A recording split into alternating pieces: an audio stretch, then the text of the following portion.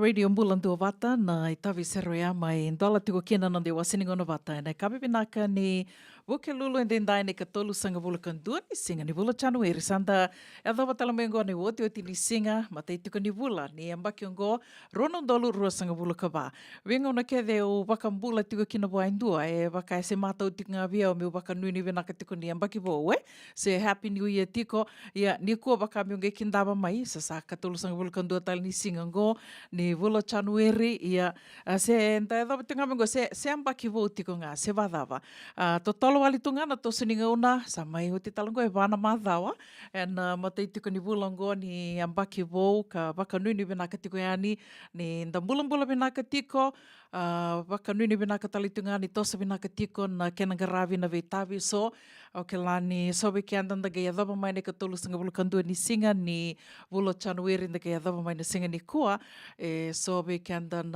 sombeka na wekanda e sara kadhiviani sera sa e aliani ka konga ne andan na wakabinu venaka tiko ngā kenai ka lea vo kambimbi menda kinda pakatiko na vei singa vo e nei alo ni wakabinu venaka ando waka samataka talitunga ke rondo vetal no taka waka veotini na sonangona e senga ni ndau tuwe ke andan na alo ni wakabinu venaka senda ndau waka mātou taka vekenda menda ndau wakabinu venaka taka na veka lelevo na veka lalai enda sotakaya enda lako dhuruma baleta ni ndau wango da waka samataka ke wakami da waka samataka do mandana singa me sa tukuna me sa wango na nona waka samambeka na koe ka lewana vika kevenga na tamanda wakalomalangi me sa wango na waka sama ni kua o sa vude sa o sa komanda niu mbita me na dhangi me sa komanda ni lio na dhangi sa mbutu atu mandanga ambaleta ni vude sa ni kua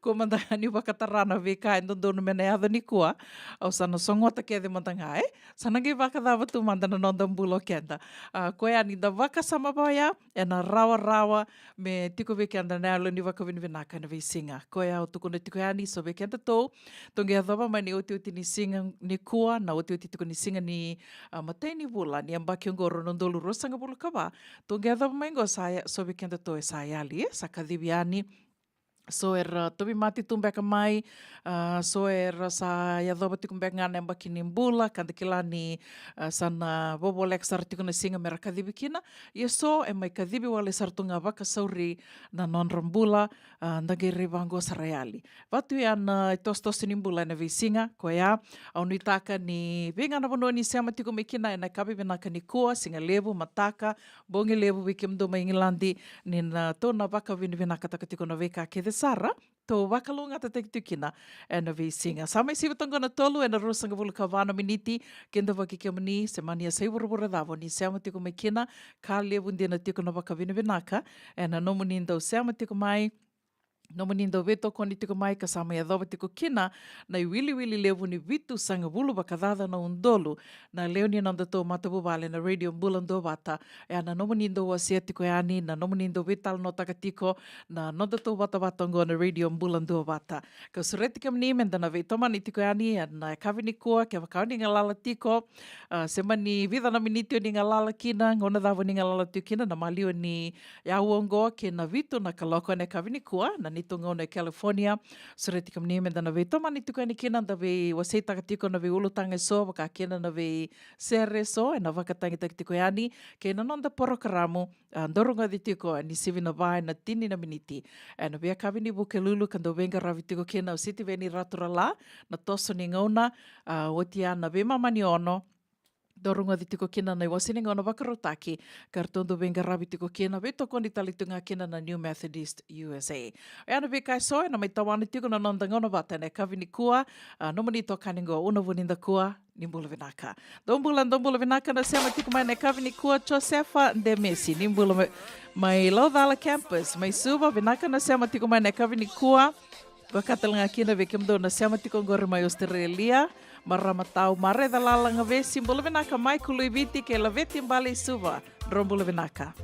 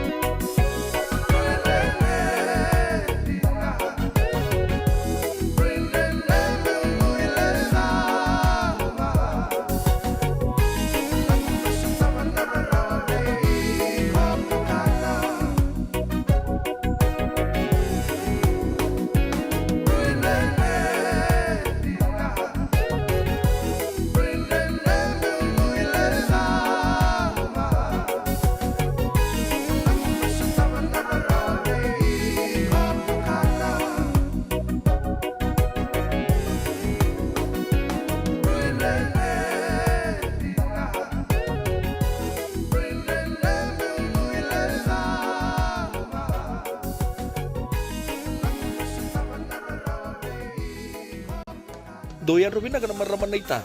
Do Samba di ba kusa-kusa iwe. Yandra na ita. Kita sili katalau mande na Orange Lounge. Maleka. Gora san ba di kata-kata pinakasartunga toboy siyang pambakaw. Gay way dala tu kinambata. Koe serangan kori. Sono ngona santa pinakat serangan na kenta kakana. Di na to zoko. Kaya kita sana berata ini bagai singlebu, kita sana gali bagai kabin ngaya ni kena. Na Orange Lounge, katalau baga singelebu se baga kabi, barau tegi tu baga manggo sanggay to toka na buno ni kana. May na menda to ide ni ti, kena baga singelebu se baga kabi me bakana baga sekera. Na sui, ika tabu teke, roro baga lolo kei na vida tale. Gira ramo kila na menu ni singoya. Na Orange Lounge, tolo-tolong dua Orange Street, Santa Rosa. En dua tala na taman ni Vingarabi ni Divine Group of Companies.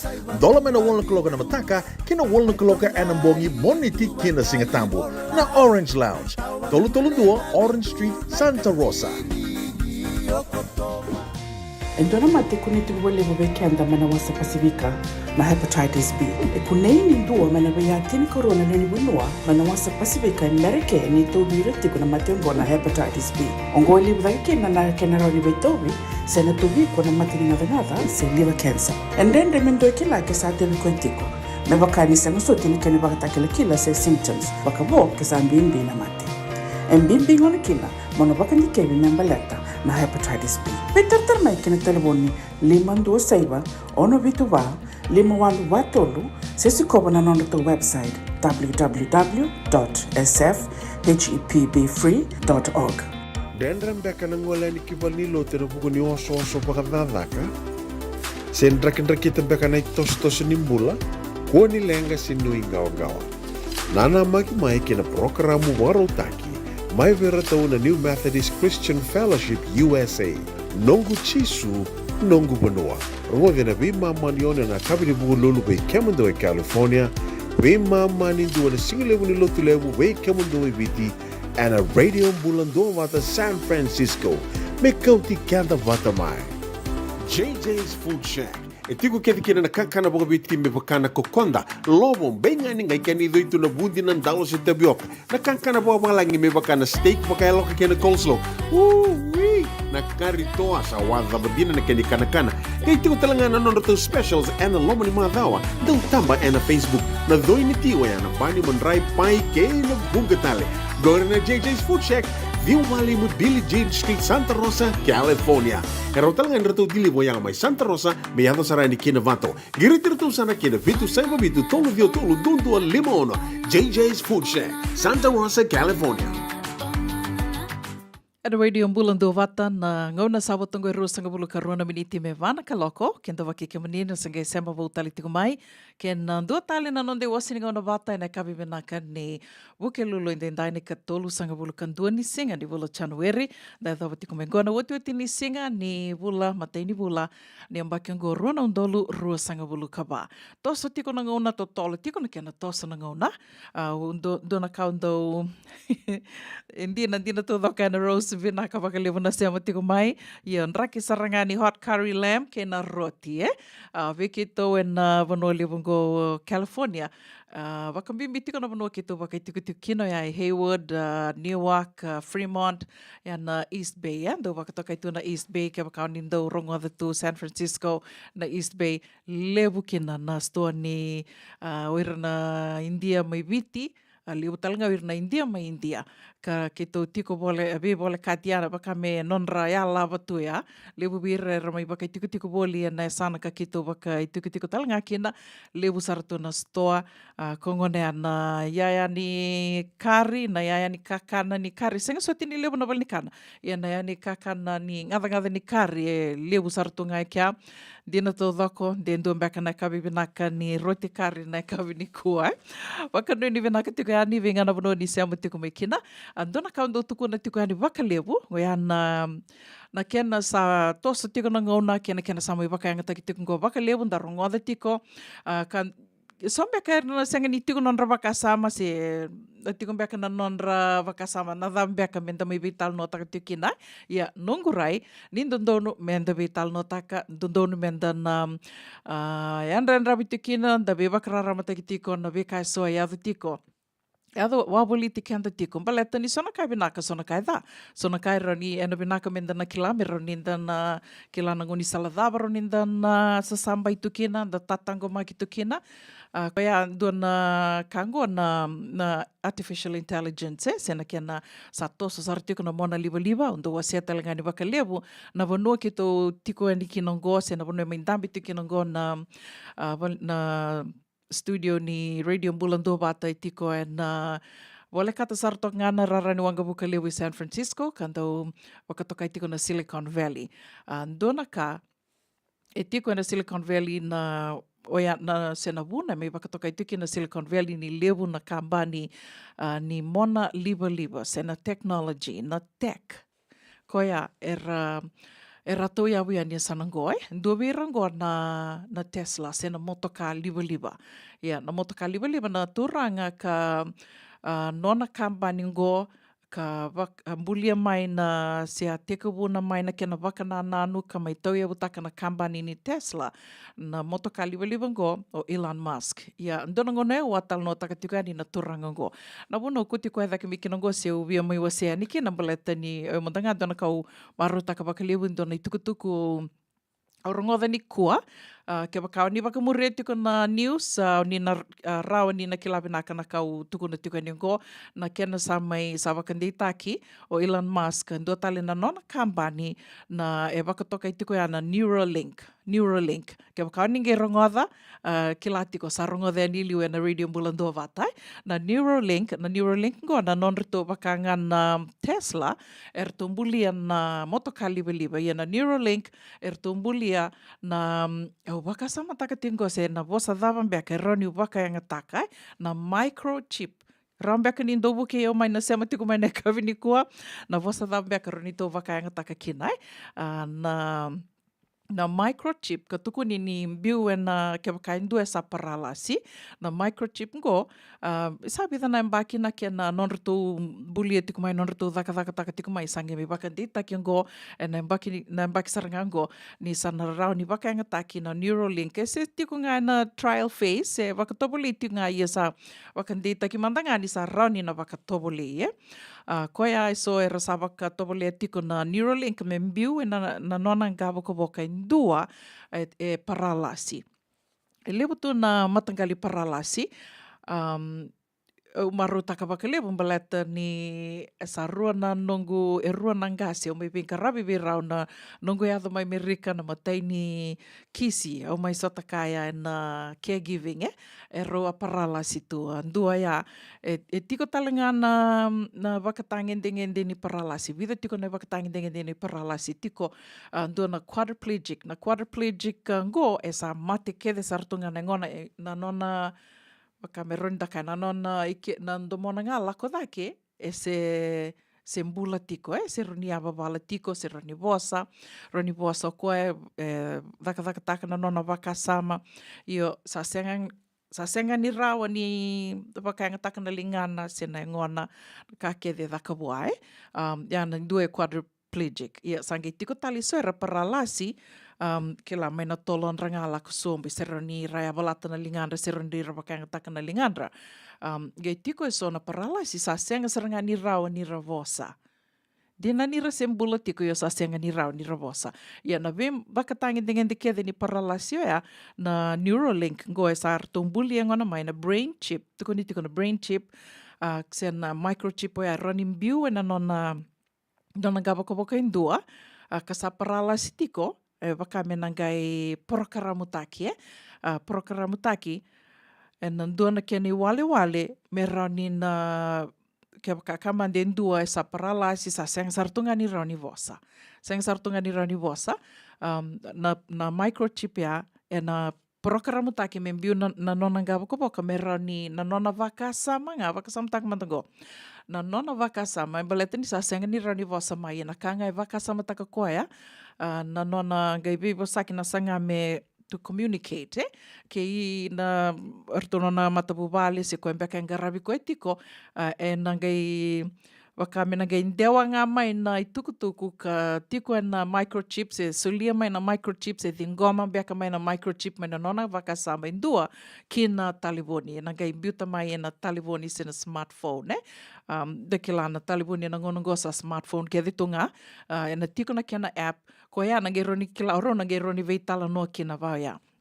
Wakatau e na wakatangende ni paralasi, tiko kino koe ka paralasi, ia indua waka indua e stroke, indua sa stroke, se na sotali tiko na mate, e rauni na vivu ke kina wakalevu na Neuralink na brain chip ka sa mai bulia, ka sa wakandetaki ngua ni sa rauni na wakangataki, e sember sa rani biuyani, wekenda na leoni vanua raramba, menta wakangataka, e bidanga leo bidanga e se wakatoboli tiko beira, ia, na veira matanga ka sa wakatoboli tingo veira tukuni ni the outcome has been positive koe a beba kongeti sa artiko wakalevu ia sa naroni waka samatak sa na vangai ana ke ni sau e na binaka minta na kilatu na kai na tos ni ngau na technology ando na ka binaka dina ni vungana ngona tonto vital no taka na veka dai roni na wakavurea mai na kena sa toso tolo tiko mai na kena wakayanga taki na mona liva na singa moni te o wase tiko yani na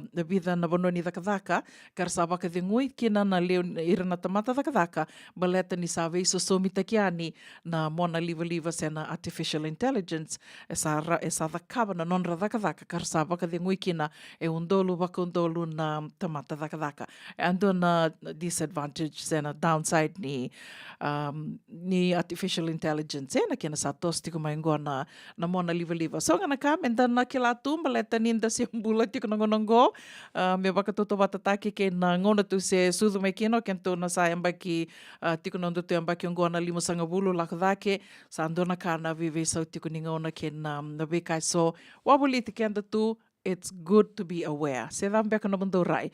Wakano ni venaka tiko yani na kavi venaka ni kuan di savotongo e tini ka tolu na miniti me vana ka loko. Sera ka tarava no ve waka mbula tiko yani kina weke mdo kethe na seama tiko mai na kavi ni kuan mbula venaka Anna Rose Hoyt. E dhaba sanan duan beka na roti kari na kavi ni kuan se senga. Wakano ni venaka yani ke waka ngai na roti kari i ngai na numi o toka mai. Waka mbula tali tingani ve liti ananda Vata venaka waka levu na seama tiko mai ve na numi tiko ve neila chileta anda Vata. Arto loloma tu mai na ngoane me viti. Wakatel nga kina ve maku, vertona maku, baby atu, tumbuna ke Jason, waka nuni venaka tali tingana vuli na mbaki ongoa ve kemdo ke sara na ngone vuli, na ndauni ve susu na ngasi ni vuli, loloma tiko mai na luvemo litiana da Vata. Venaka wakalevu, seng tala ningola thavitiki na papatai. Venaka na sema tiko mai, ene ka vinikua. Bula venaka vena isi vondo tonga, venaka wakalevu na sema tiko mai. Joseph ande Messi, dhavam beka sa vasinga levu tu mea sanangori. Wakanuni venaka ni toso venaka tiko na kena maruta ki tiko na wakasinga levu, wakatela kina ve susana ni ukavu, bula venaka su, vadhav na levu ni uda mai dhake ngori. Keto wakila tiko na nraki uda dona na levu ni uda, e wakila itiko ya sanangobe ke tau, ya totoka tu, do tuko na ngā tupe, setu.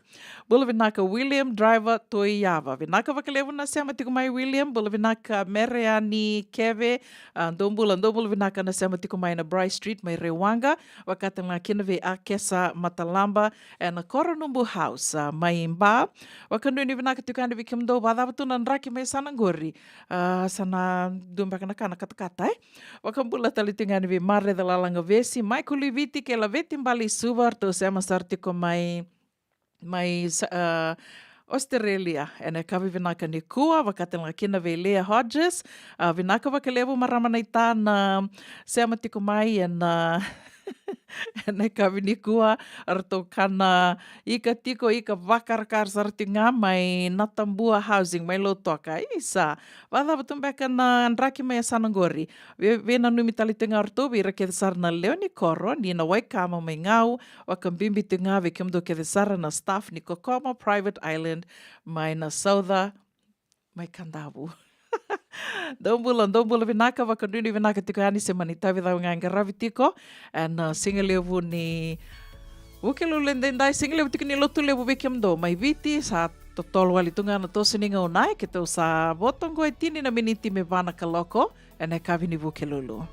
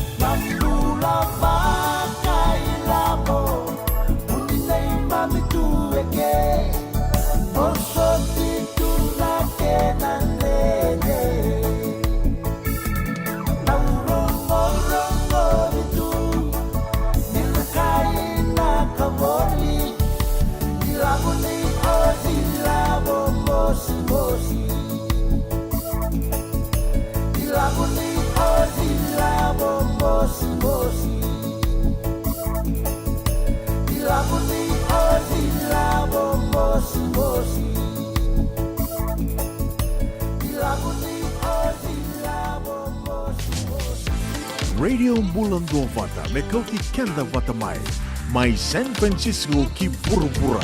Sema mai ngai você yani.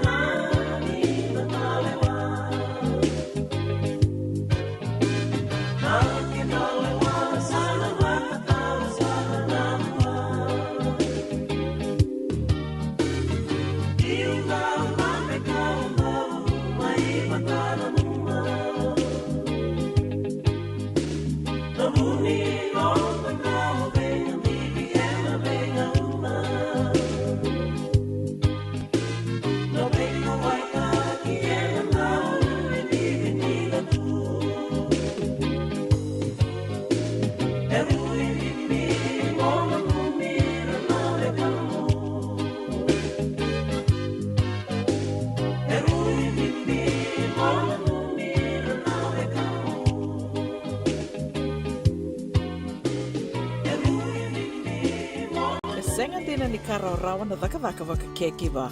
Ia endona kainda wipu ke kawaka mamanta takatuna bengaravi. Oia ke tuna kenda to kakana. Leika na dalo na bisikete na reo bata na sunbells e tinimbulu makau. We kenda to na senga tiku ni driver se senga ni wakamotoka kandau Drendre na tutu beto seki. Erto satu wakarau na Divine Pacific Food Mart mai Sacramento. Merto taladeani na nung ni boli-boli. Rawa sara. We tartarangayani na taliboni diwa dua ono toluva diwa ono saivarua. Merto wakarotaka katalada mai na nung ni boli-boli. Ena kenangona totolo tua.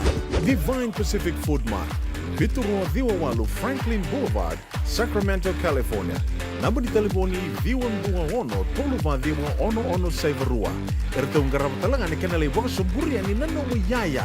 May nanondo to stoa kina nomu mati ni katumba. Nungu chisu nungu badua. Dorongo na vima maniono kina vitu ene kabuni bugululu we kemudawe California. We mani ruane kavi kina tolu ene singlewu ni lotilewu we kemudawe viti. E warotaka na New Methodist Christian Fellowship USA. Rogode na Radio Bula Duavata San Francisco me Kauti Keda Vata mai. Ena muna ngauna na lewu ni so enda sa senga sarangan nikla na dapat menda Vata talutaka bosing lewutaka sa bakaya kapitak ni kakuni lo malenga sa tipin dono munua erau ni buka dingo ikimuni waya na JJ's Food Shack Santa Rosa California na we matanggali kaka na dibgina me bakana karitoa waraisi na lobo palusami na buwaka na kaiwa soso na dalo na toa na kokonda bainga ni kinang gamure na kaka na buwa malang me bakana steak gai bakaya loka tabio ka kena kozlo surua otat ni kailangan ko na kena pai ng bani kay na manray. Oya na JJ's Food Shack, Santa Rosa, California. Erau sarang ano direct message virto giring akin na bitu sa bitu tolo dio tolo doon limono se o nga wala sarang ali tumiko may nanomota e na dio maluma Billy Street. Oya e Santa Rosa, California. Erau talang ani rito ulit dilibot ka na kemu katalo wasing lebo sa wanga kabi ya may Santa Rosa, Kinavato. JJ's Food Shack, Santa Rosa, California. Na Radio Bula Duavata sa sivitong vai na 2 na miniti au sureti kamani sa matiok nga mai sivitong vai na 3 na miniti sanda na ronga da sartala ni kena na iwasi ni ngauna ni toso ni ngauna. Meba kanto venga rabitu ka ni kena city veni raturala ka rabito ko ni tiko kena na company ruan Divine Group of Companies ka vakatan nga kena na MK Cake Hub mai suba abi kamni na binakata mo ni ota keke se mani keke ni singa ni sudu keke ni wakamau se keke ni vitalatala se keke ni dabangau ni na binakata cupcakes koya ni ge bitartareani berto en MK Cake Hub tiko talangan na nonreto Facebook group se na nonreto Facebook page na MK Cake Hub ni na rede tiko mai na ikaw ni nonreto bisinisi en toso ni ngauna se amatiok nga mai sivi na ba en tini na miniti. Sera katarabang gona beba kambula tiko ni kina ve kimdona se amatiok mai na kavini kuambula vinaka Lionel kote wasawasa vinaka baka lebo na ita na se amatiok mai baka nuni vinaka tiko ngani ve kimuni se vengana vono ni se amatiok mai kinangore baka kambula tali tiko nga yani ve kimdona marama ni ve sana dombula vinaka Laisa Toni nditini ani Cheli Tambua kua ke nani se na imbose. Wakambula tiko mai wiki mdo laina le na kawini kua. Wakatala kina ve sale se mate tonga vinakana se amatiko mai. Wakanuni vinaka tukani wiki mni. Se vinga na vanoni se amatiko mai kina na kawini kua. Wakambula tali tungayani. Ve Anna Rose Hoyt. Unitaka ni oni sana maru taka tiko na kemuni roti kari mateni na kawini kua. Se katala ni ngula taptikino Leah Hodges. Nimbula vinaka su.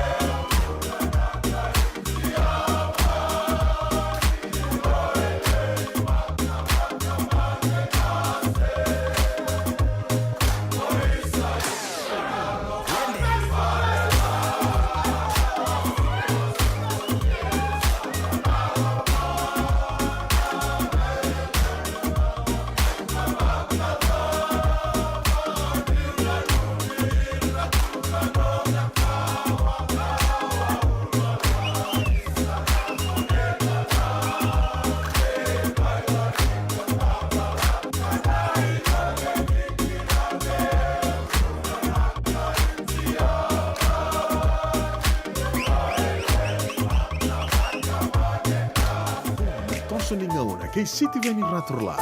Innovator kone ni Divine Group of Companies San Bruno Kavaba keina maolimat.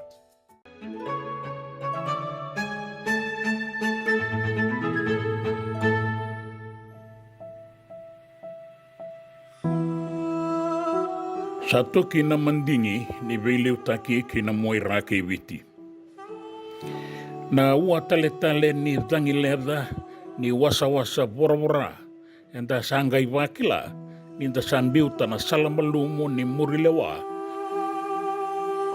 Era Kauti kenda maikina na nonda liu e na ngauna ni tungalala e tabodi e na tinikadio bitu sangabulu. Mai na ngauna wea me adoba indai. Enda se wakila tiko ngā na rebu ni sala enda muria mai ni o tina i matai ni buabiri. O ira na nonda turanga mbale kara taboda na nonda takia ni tungalala era buli binaka sara era yalo matua kara iawa me adoba na ngauna ya durum boto laki boga sauri maikina na matai walu. Me gangau raka e na ngusunin dakai na veliu taki boga matanitu e na tinikadiwa walu sangabulu kabitu. Sa dhanra talengakina e ndua na ngauna veile reaki e da sengani namaka e bukida boga tombo idu na yabu enda tika bukina. E atabodi na nonda taki ni tungalala veira na nonda turanga mbale na tinikadio bitu sangabulu. Io tina buabiri sa lutu baga sara na mbula baga ilabo. Era sabu kitani na wakanda baga matanitu. Kabakain ta baga rurungi e nandua na mbuto baga itamera. Kaya bala tatalenga na panua kei na lotu. Ko ira era tu eviti na ngauna ya karabaga ilabo, era sanro ki panuatani. Era setiko maikina nikua. Sanren resa ranambula na nonda panua. Kabaka enda sa bei walitaki e matai ura. Endina rau se toka na turang ambale na tui da kau. Kei na turang ambale na tui na yau. Sayali na ilumu sa tasoba no sudu kay nalewa sa toki tangileibi kina matay walu. Sangga imbulita lendo na yabu ni boga bulewa ko sa kenay kaba kanduri kina na mata nitu ni Fiji Labour Party e na tinikadiwa Diyos sa ngabulu kadiwa ni sama inruka na isongo-songo ni boga bulewa ni taukei ni City Veni Rambuka. Iya sabi sugi kenda tiko nga boga matua sara na matitaka ni buabiri. Ni oti nga indua na yambaki sa buabiri takatali na mata nitu indua na turanga ni Tailewu o George Spade na yadana. Kaya do talengakina na bagadada ng baso sitoa na baka makama kandabe nanra. Sama ni buka lesu italikin na beliu taki kinamatay walu e na embaki ruwa na undolo. Go talenga na embaki ara sakirekin na nonra buka dengo ang one turang ang bali na tuy na yaw manay tutu buka presidente. Sangga itan rada kekeri e na bata ni tutu baga presidenti en dua na turang ang bale may na moira kay witi ratu Joseph ilo batu uloy bunda betawar na itutu baga presidenti kaliuta ki kenda may kina e na bida na embaki.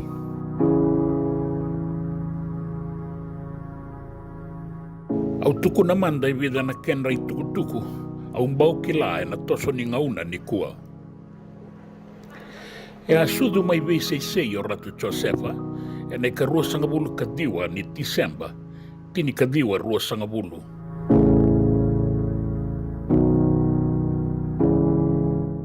E rata-rata ka bangga sindibuli mai na tini kadiwa tolu sangabulu kadiwa, kina tini kadiwa ono sangabulu kawalu. E rā tau ia butaka na isongo-songo ni Boy Scout se viti. Ni mbera ni rangai dhuruma na politiki. Kala kilewe kina ni songo-songo toko Vata na Alliance Party. Ka vili utaki boli mai kina na ngone turangambale na tuina yau. Ia na nonra vili utaki na itutu baga presidendi. E andonu ya endua na ngauna vile veaki. Ni mata ni tu na ilaise ni angarase. Kei na beibo saki ni beibo kan dua watataki. Ka nanumikina ni rawa na nonda wisereki. Kei na nonda bukan dua watataki tale. Me rabosoti na baka itabia na buwa wiri. Kei na baka rada may na kemba ni mata iwalu. Ia. E na non rei tutu baka iliu levu ni mata iwalu. Commander-in-Chief. E ana numakina na ngone turangambale na tuibunda. Pata keira na non rei buke-buke na ngaunoea. Ratu choni man rei wiwi. Me buka suka manda na mata nitu. Na ingarase na buka tutu ni be bukan dua watataki. E sotale na buka tutu. E asala watakaya mai. Kananumi me se te wawa manda. Se mesabo ka sukai taleman. E rausangan in dua watakina. Na turangan bale na presidenti para kei na non rei buke-buke. Kei na mata iwalu na iborenge mbay ni marama. Ka liu takatiko e na ngaunoea. Sa te ka buwe keri na vei lenge-lengeti. Kalaki bukabuna na buwawiri ni ruana undolu kaono. Ka kowe kina na mata iwalu na vei liu taki.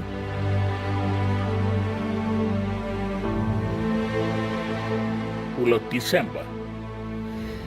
Ramai bukadengu itale tumadangakina na nonda presidendi ora tu ilo batu ulo ibunda. E na non rai tutu kara taura toka na ngaunoea. Ia na bulo Januari. Yu timbeka ngai tolu na malawa. E rasa kadibile sutale. E na ruana undolu kabitu. E na non randolava na matambo selebu baga turanga. E na embaki ruana undolu kalima. E rakaki na nangone turangan bale na tuibunda. Veira na kanda na turangan bale kebiti. Berabesa utaka. Na non rai tobo ni rai. Na non dai liu-liu baga bonua. Keba ka esenga. Ia e na dawanu laivi mai linganda na non rai tutu ni veli utaki. Karasana tumbe ka nga mera laurai. Ia sa senga niya nga vikenda. E aka ni dondono mera sa sangat takabokaira na buli binaka. Kei na takadaka wa ngumatua. Keba ka e rabinakata mera bagan day takitiko ka baga liudi e na non rai tutu baga banua. Ratu ilo watu endua nandau bunau e na lotu esele. Asatan beta o titalenga na itutu wangase lebu beibuke e na lotu esle e na tinikadiwa Dios sanga bulu kabitu e na tinikadiwa Dios sanga bulu kawalu. E na bula ome ni ambaki ruana undolu kalima e rakali bagararambakina e na singan ni masumasu ni burabura. Menda ngumatua e viti e na masu. Isai ko ang duang-duang ngo na yarangi kau-kaua.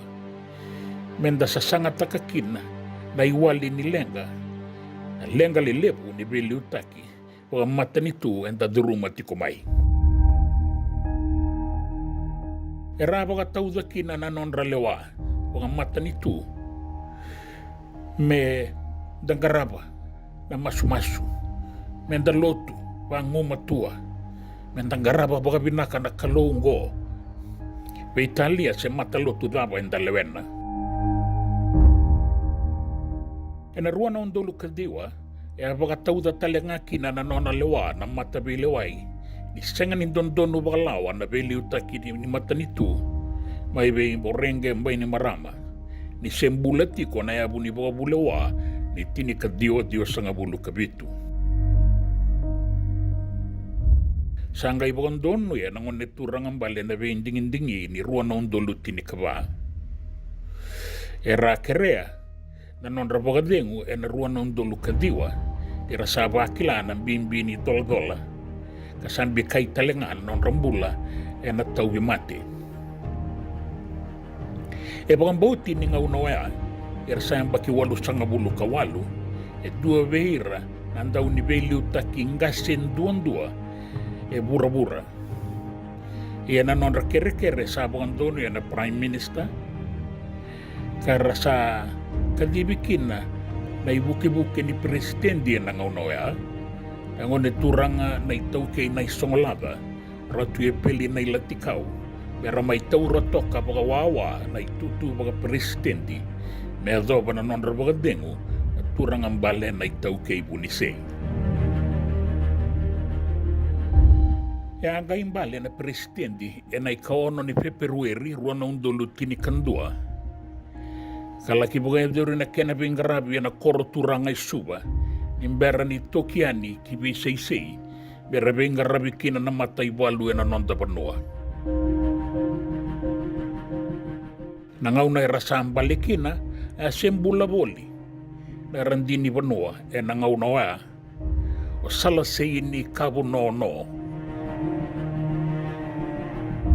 ya bagay rongo boli endua na makumbu na mayo Australia nang gito na rakabi kang gito boli team ni ACT Brumbies mayo Australia o Henry Spade kambo matatagatalang nga pagkabida team ni Banua na Australian Wallabies. Irasama imbali Ratu Joseph ay ilo batuloy bunda ay kadiwas sa mabulo ni non rayamba kinimbula. Daw ken raindibi non daw siro sombumay merabing garabi kabi maliway.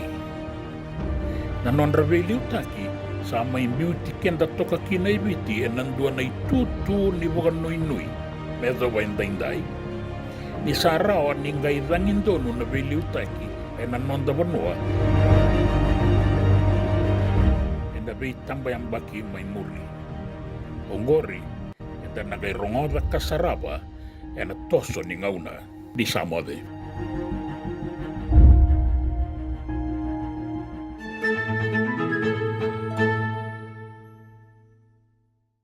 Senga dina ni kara rawan na daka waka kekiwa. Ia endona kainda wipu ke kawaka mamanta takatuna bengarabi. Oya ketuna kenda to kakana. Leika na dalo na bisikete na reo bata na sunbells e tinimbulu makau. We kenda to na senga tikunin driver se senga ni waka motoka kanda Dren na tutu beto seki. Erto satu wakarao na Divine Pacific Food Mart my Sacramento. Merto talaveani na nung ni boli. Rawa sara. We tartarngayani na taliboni diwan 21 saibarua merto bakarotaka katalada may nanong ni boli na kinangona totolo tutua. Divine Pacific Food Mart, Biturua Diwawalu Franklin Boulevard, Sacramento, California. Namba di taliboni diwan 21 saibarua. Erto ngarap talangan ni kanalay waka suburia ni nanomu yaya. May nanonreto stoa kinanomu mati ni katumba. Endona mate kuniti wale kenda mana wasa Pasifika na hepatitis B. Kuneini ndua mana tini corona nini winua mana wasa Pasifika Amerike ni tobi retiku na matembo na hepatitis B. Ongoli wale na kenaroni betobi sena tobi kuna matini navengada se liver cancer. Endende mendo kila kesa tebi kwentiko. Na wakani sanguso tini kene wakata kila se symptoms. Wakabo kesa mbimbi na mate. Mbimbi ngoni kila mono wakani kebi membaleta na hepatitis B. Peter mai kena telefoni 52 521 sesi kobo na nondo to website www.sfhepbfree.org. Dendram beka nangola ni kibali lotero pukuni oso pakadadaka. Sendra kita beka na tos nimbula kuani lenga sinu ingawa. Nana mai kena programu warotaki. Mai vera tau na New Methodist Christian Fellowship USA. Nongu chisu, nongu Banua. Rongo na bima manione na kabini bugu lulu bei Kemando e California. Ve mamani dua na singilewu ni lotu lewu we kamundo viti and a radio Bula Duavata San Francisco. Me Kauti Keda Vata mai. Radio Bula Duavata me Kauti Keda Vata mai. Mai San Francisco ki bura-bura. Sama mai.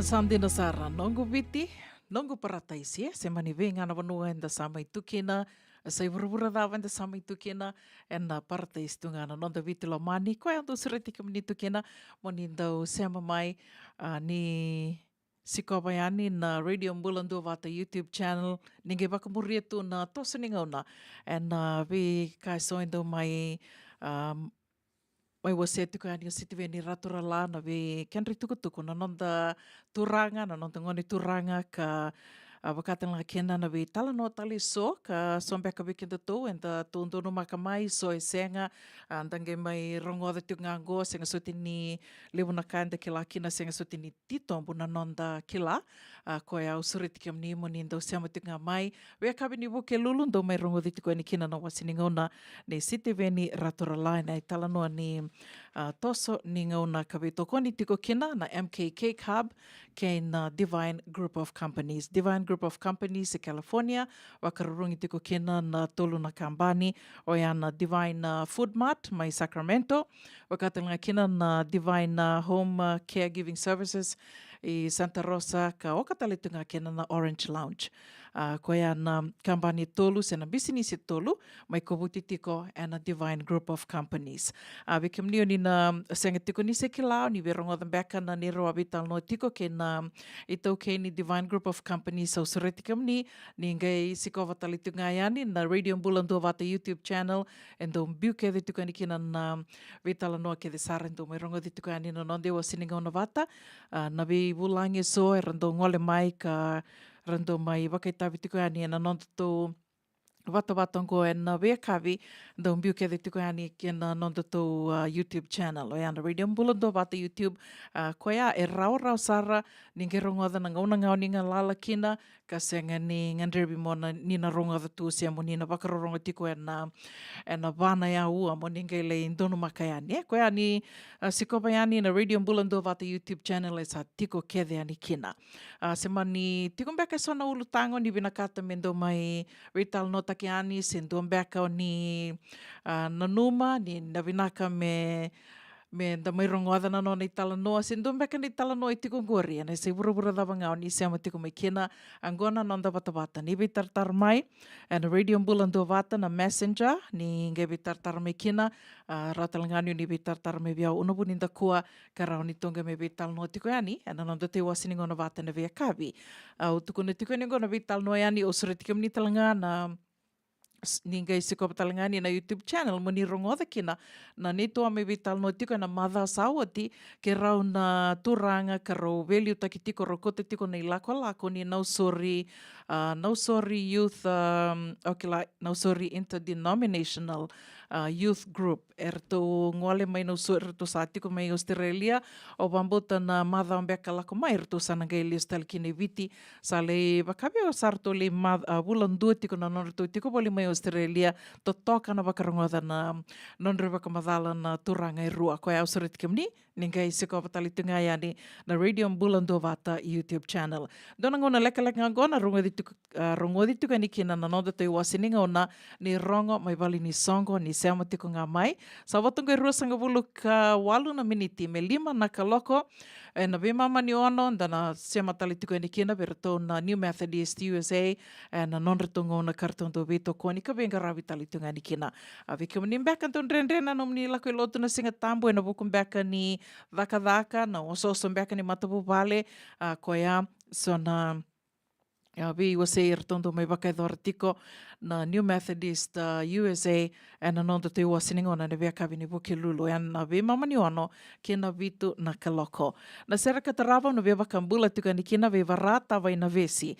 Bula vinaka vara, wakanuni vinaka talitingani ve kiomani, bula vinaka cheli tambua, vinaka na sema tiko mai, e ne kawini kua unitaka ni ondo bula vinaka tiko na nongo turanga marama na ita, marama tovu, turanga tovu talenga, mai Santa Rosa, waka bimbi tiko ve Andi Serra, kere indotonga nei rengo ve Andi Serra, na kawini kua, wakambula talitingani ve Susana Niukavu, vinaka na sema tiko mai su, wakanuni vinaka, nindona singa vinaka, ndona kavi vinaka, na kawini kua ndina ngani to ndono maka tiko ngona nraki uda, wakambula talitingani ve Dasha, Hidden Blood, bula vinaka Dasha, wakanuni vinaka talitinga, Dasha vina numi talitingani oni, mero ni tawa ina vesi, vena numi talitunga yani o Dasha e nai kawini kua. Ndombula binaka na sema tikongori mai nandawa, waka bimbi talitunga, we kimrau talinga mai ndanta kuladi, waka nuni binaka tikuyani, we kimdo na MKK Cub, nui taka ni tosa binaka tiko na bababi, e nai kawini kua, senga talani ngule tawi tikina, o Lionel koto I wasawasa ni mbula binaka turanga nei tā, waka nuni binaka talitunga yani, o Lionel we kimdo na marama, kando wili niu saratunga ngoma tua tiko na wili niu, e na longa niu Amerika, go waka bimbi tiko we nani se na imbose, mbula binaka cheli tambua, nditini ani, ke laisa toni. Vina numi tiko mai o Lionel koto I wasawasa, wakatanga kina we sa lesi mante tonga ni mbula binaka sa lesi, waka nuni binaka talitunga yani, e nai kawi binaka ni kua se venga na wano ni sema tiko me kina, Anna Rose Hoyt, ni mbula binaka mbula Leah Hodges, waka mbula talitunga we kimdo ke te sarana turanga na marama tohu, e nai kawi binaka ni wuke luluende ndai ne katolo sanga vulu kandua ni singa ni vulu January, Radio Bula Duavata, San Francisco, me Kauti Keda Vata tiko mai.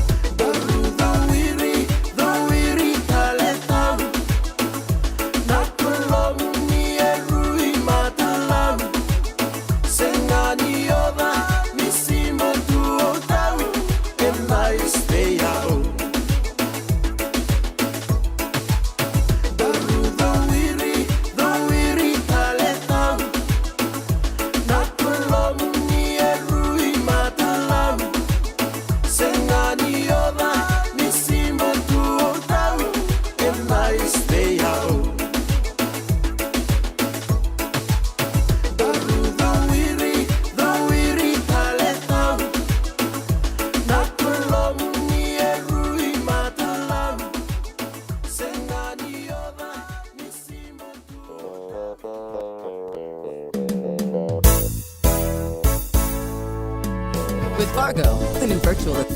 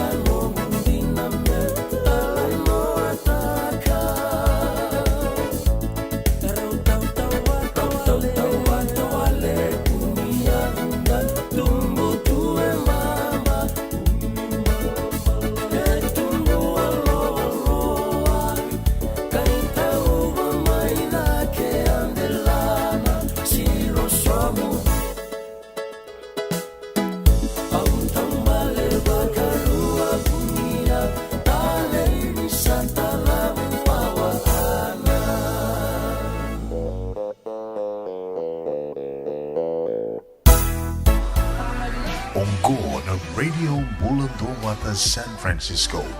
May Kauti, Keda, Vata.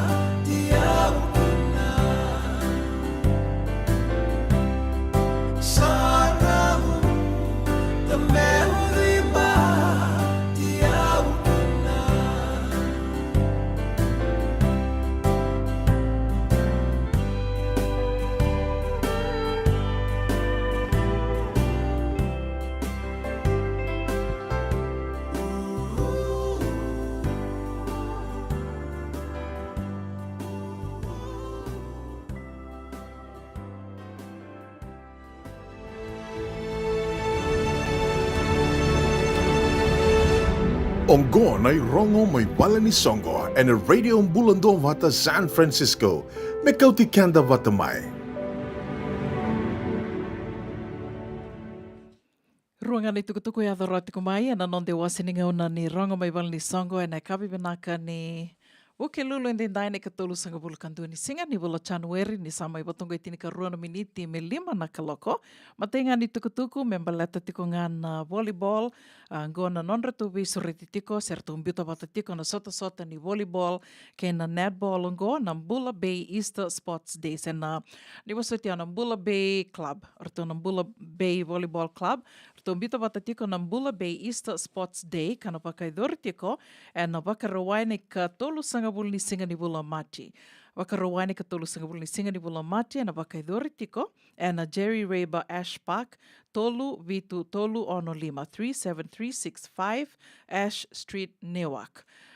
Goe bola ka tongai Fremont, Siviani o Haywood, Lakasombuiani ki San Jose, Newark, veke mnina senga tiko ni seki live na vanue tiko kina Newark, ya na vanue tiko kina. Ka usana ge imbita tali toka ngai ani na tikin duango e na nonda tō Vata na Radio Bula Duavata mo ni ngai wilika ka Vei tartareani ke wakai tiko na wakatataro, vei rau ka rau liu takatiko, se rau didi wakatiko, na ke na nonra biu watatiko na vei timi so, na timi ni netball, wakatel ngā kena na timi ni volleyball. Netball, rau ni nge vei tartareani ke ne manitawa, e na talipo ni 52 saiva, ni wasotiau 52 saiva, 215 diwa vitu va ono. Netball, ne manitawa na 52 saiva, 215 diwa vitu va ono. Na volleyball, wekem do na timi, do na via wakaitawitiko na sota ni volleyball, gawe tartareani ke lani e tawuni wai, e na taliboni 52 saiva, 215 diwa vitu va ono. Ure te tungo, toto watanga. Na namba watanga o yani gawe tartareani kina, vei ne mani ke lani eta, ne manitawa ke lani e tawuni wai, na buku ni netball ke na volleyball. Ruanan rau $5.50 na idurduru, wekem do na timi Dona bia wakai tabi tiko kina, ruanan rau 5 sanga wulu nei dhurudhuru, ninge be tartareani kei Peter Isaac ke wakauni bia wako te ani na nomo ni dhurudhuru, sena nomo doi dhurudhuru ni timi, Peter Isaac, ena talibo ni Vasaiwa walu, ono tolu vitu, tolu rua walu wā. Vasaiwa walu, ono tolu vitu, tolu rua walu wā. Na idhobi, rato wakarau taka tiko na idhobi, ruanan rau nan dola, ni waso te au, ruana undolu nan dola. Ando na idhobi lewu, ruana undolu nan dola, na timi ni netball, koe na nganga na timi ni netball, wakatalanga kina na timi ni volleyball, koe nganga, ruana undolu nan dola, runners up na volleyball, wakatalanga kina na netball, andua na undolu nan dola, na non rau idhobi ka sarto wakarau taka tiko. Na voli take talitunga kina na kakana, da ngoleani da laki sota, waka vewakani, waka matapu vale, singa vinaka ngosana, via kata toki na nraki wikenda tou, rauni laki waka itavitu kina na ngone, rale nganganji tu kina na ngone.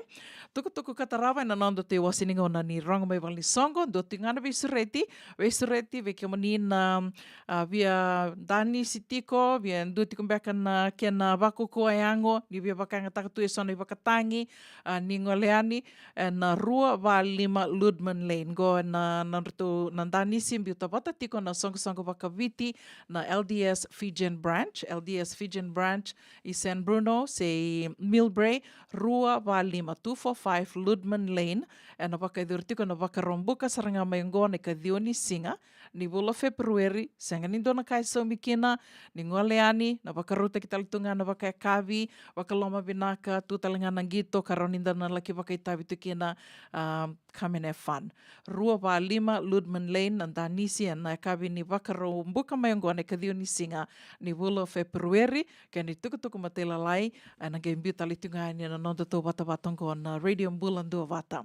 Sa mai votongo e walu na miniti me 5 na kaloko, na kavi vinaka ni wuke lulu endendai, uda tiko veki tō e sanango, wakadhav mai veki mdo e sananguri, wadhawa tunan raki, ke la ni nduindui na vanua enda tiko kina, nduindui talitunga na singa, ka nduindui na ngauna. Ia, da wakawini vinaka ni rawa, ni nda tō mai Duavata tiko na nonda tō watawatongo na Radio Bula Duavata, raoni tō mai VOC tiko na vi seriso, ka wakarau taki tū, ka wakatelanga kina na vi porokaramu iso, vi kem dō na dhalata, na tosu ni ngauna, ni wasotia, siko vai ani na Radio Bula Duavata YouTube channel, e tiko talanga kina na vi porokaramu kede sara, e ndau mai wakatangi taki tiko ani, e na nonda te wasininga ona wata, e na kavi ni, e na via kavi, ni moni te kina wakarombuka, mai na tolu kina vitu na kaloko.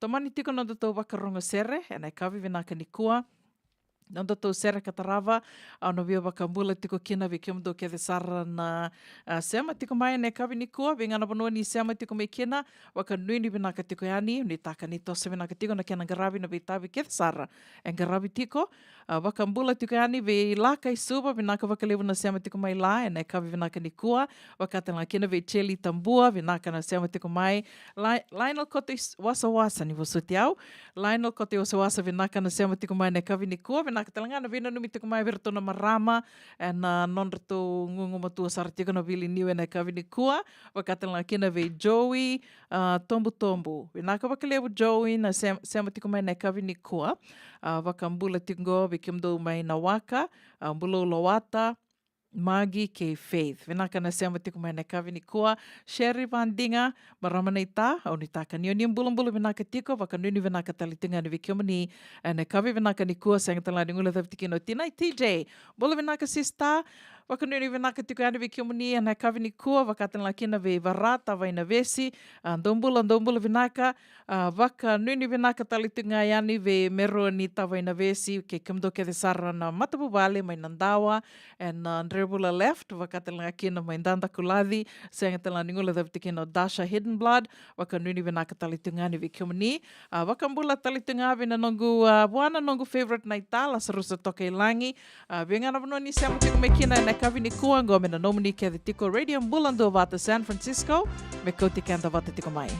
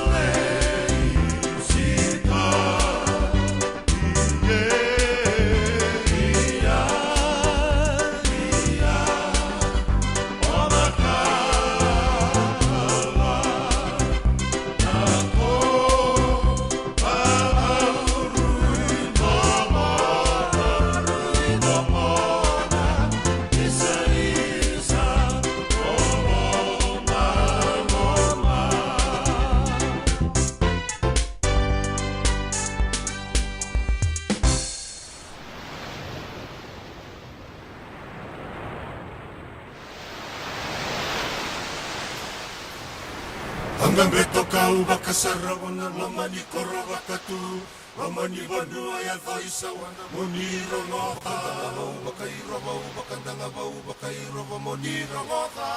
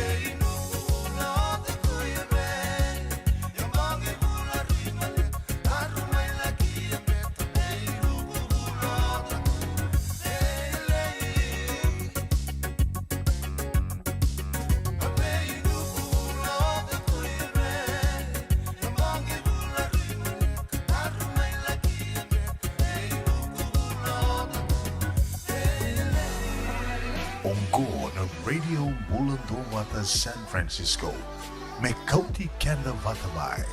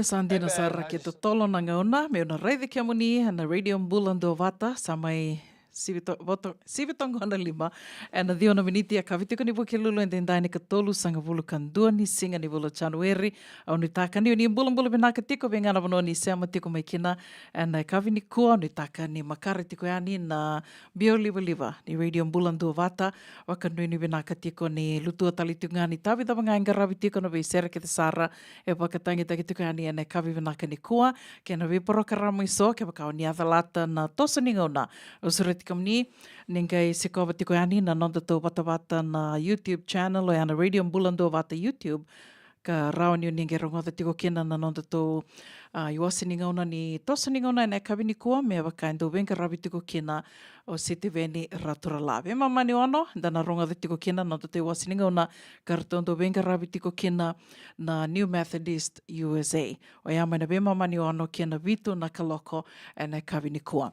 Dona kau wakamure tiko na i tukutuku ni tukutuku ni burubura sa na world news ka the wakamure tingo ke wakau ni wakamure talitunga to ke la tiko ni sangai wakaritaka ngo Joe Biden ni erto sana soma na veka na nonreto mai mate tiko e tolu na sotia to leo e tolu na sotia ni Amerika ka ra tiko yani mai na Choritani, ravenga ravi tiko kena na dona kiamba mai na Choritani, karto tiko kena tukoni ni vasanga wulu, dara leo vasanga wulu wakadada na sotia ni Amerika, era ma voasar wakada, karto sa mai langa tiko e tolu na sotia.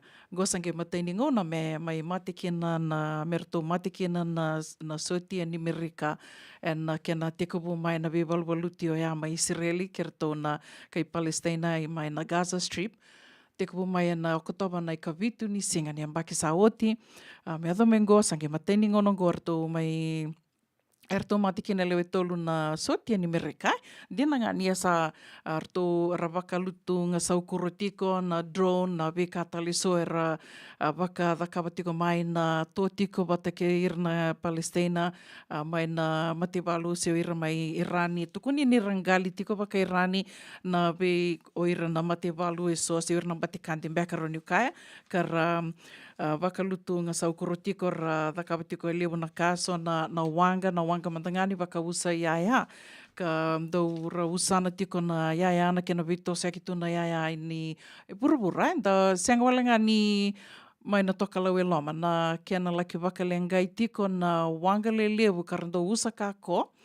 E na tukuni nindo na wasa e ase na mai na Choritani ka wakatelenga kina mai na wasa ndamdamu. Ya ni tukuni tiko yana vanua e lewu sara na wanga en dua na wakame tukuni tu en dua na roni ndaka en dua mbeka na highways e na freeway ni da wakame da watuto watataka kena ngoni sala na vanua ya e rando lewu na wanga rabe lako aki kena rabe soko aki kena e na kena wakau tiko na kako na yaya kanda mai mbula tiko kena na veisinga. O ke la ni soe senga ni wasara tiko ana non rawaka sama yo dina ni asa yadu tiko mai ya ia ngoa sange mateni ngona merto mai matikina e tolu na sotia ko wakarongoda toka na kenrato i tukutuku e rato se ngone saranga indua ya sange matenga ni wanua me lesi kina me lako kina na ngone lewa sotia senga i ambaki rosanga wulu ka ruambek si rosanga wulu ka tolu ko yanga i wakadhiro loma dina ni ndarongoda tiko ni sa kauia ni tukutuku ni mate wirau na nona i tumbutumbu na bekai wase tiko tinana sana senga tali reida mena liustaleani se mena dhurtalani non rutumatani katumba na luveana lewa. Kota sara mai biondo na wakasama ni kalani wungawi kanda tau na itokei kanda tau sa green card mai, sa rona pepa, sanda mai tikongo Amerika e lewu na matupu valera sa sasanga ini na ngone, wirna ngone, merale dhuru kina dhuru na mativalu ni Amerika wakatela kina na mativalu ya wai se o irakara na Air Force. Koia kawinaka yo wakani u rongoda tiko na nona wakatarongi tiko na maramo ya na wakasamanga e votu mai biau o wakami u taronga na taro e votu mai biau isa o ira kede na i tumbutumbu kara sa ki lai tuku ni rasanga le ani na luvenra weken tatou na i tau keise weken tatou na mai vitin tatou sa mai tiko ngo i Amerika ni rasanga le ani na luven tatou ratou salaki rasalaki dhuru laki wakatavi tiko na mativalu ni Amerika sena mativalu dhavanga wakatalanga mandanga kina wikim do mai pertania na British Army e tiko mbeka na non tatou wakasama se tiko mbeka na non ni wakasama ni sa lakoia sa ni asa e rawa tiko ni oti ni ngauna o ni reidhira kina na taro e ai voto mai via we ia ko te kenta au ko via ko manda mai wakawole ka vekenda to e na veisinga na veisinga se anga ni kenek sara me to lako ani se me to liduru na mativalu se mer liduru na mativalu na luvenda to wakadawa non to vital tala na veisinga no mon robi tala wakaweo tini le daka arto lako ibuli na ngone e tumbeka na non to wakasama ya au senga ni via kango meu kila me dava mbeka meu kuta mai na wakasama the negative thoughts e senga na kanga lako mai nungu wakasama ngo ke waka e tona na we mataka se na vengo na tobi tala kina me tona nanu matiko ya not to take each other for granted mera ni the velo mani tiko me wakalivu dhake non to velo mani wakalivu dhake na non to the vuta na we wasa vinaka ver na luventa to ver to na ver na kenda to ikasa na Vitenan rato na ngone, taman rato na ngone, na vosa enda todo tiko na visinga. Balatea ni sa rawa ni o tio tiko ni ngona do vera i tiko kina. Senro vera kina, senro vera tala kina. Ko ngai ana kai votu mai nungu wakasama ni waka mure tiko na i tukutuku ni kenratu i tukutuku na leo tolu na sotia ni Amerika ka sa laki.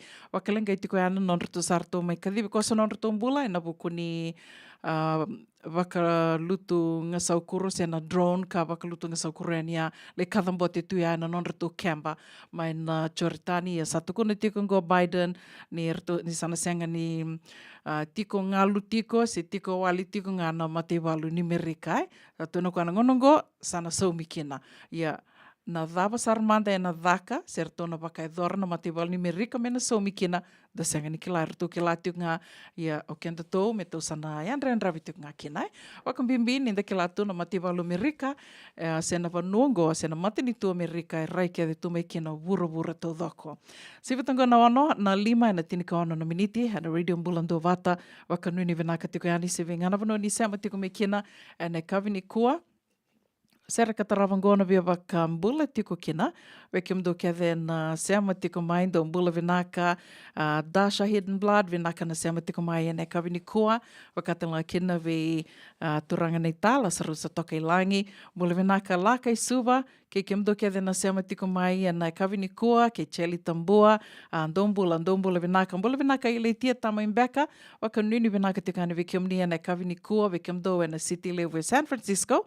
Vikim do kemando na city cruises nrombula binaka dile di wakatala kina vela chileta na wangaliva mbula nei wakanuni binaka talitungani vikim round rosati kongo senro situnga mai Dillon Beach unitaka ni ndo mbula binaka tiko kilani to sotaka tiko in tomba levungo San Francisco na raki susua unitaka ni ndananganga roni talitungana buku ni driver wakanuni binaka tukani na Radio Bula Duavata ene kabi binaka ni buki lulu ndendai nimbula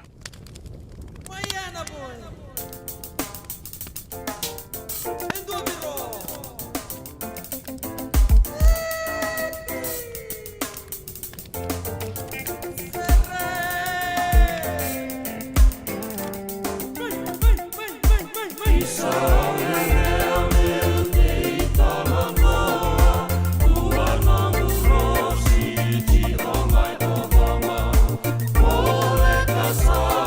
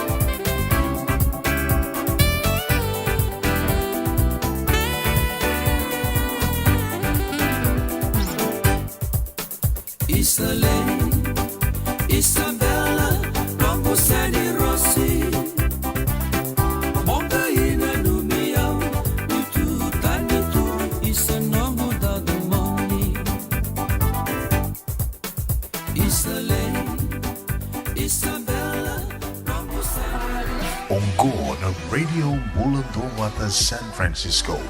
May Kauti, Keda, Vata.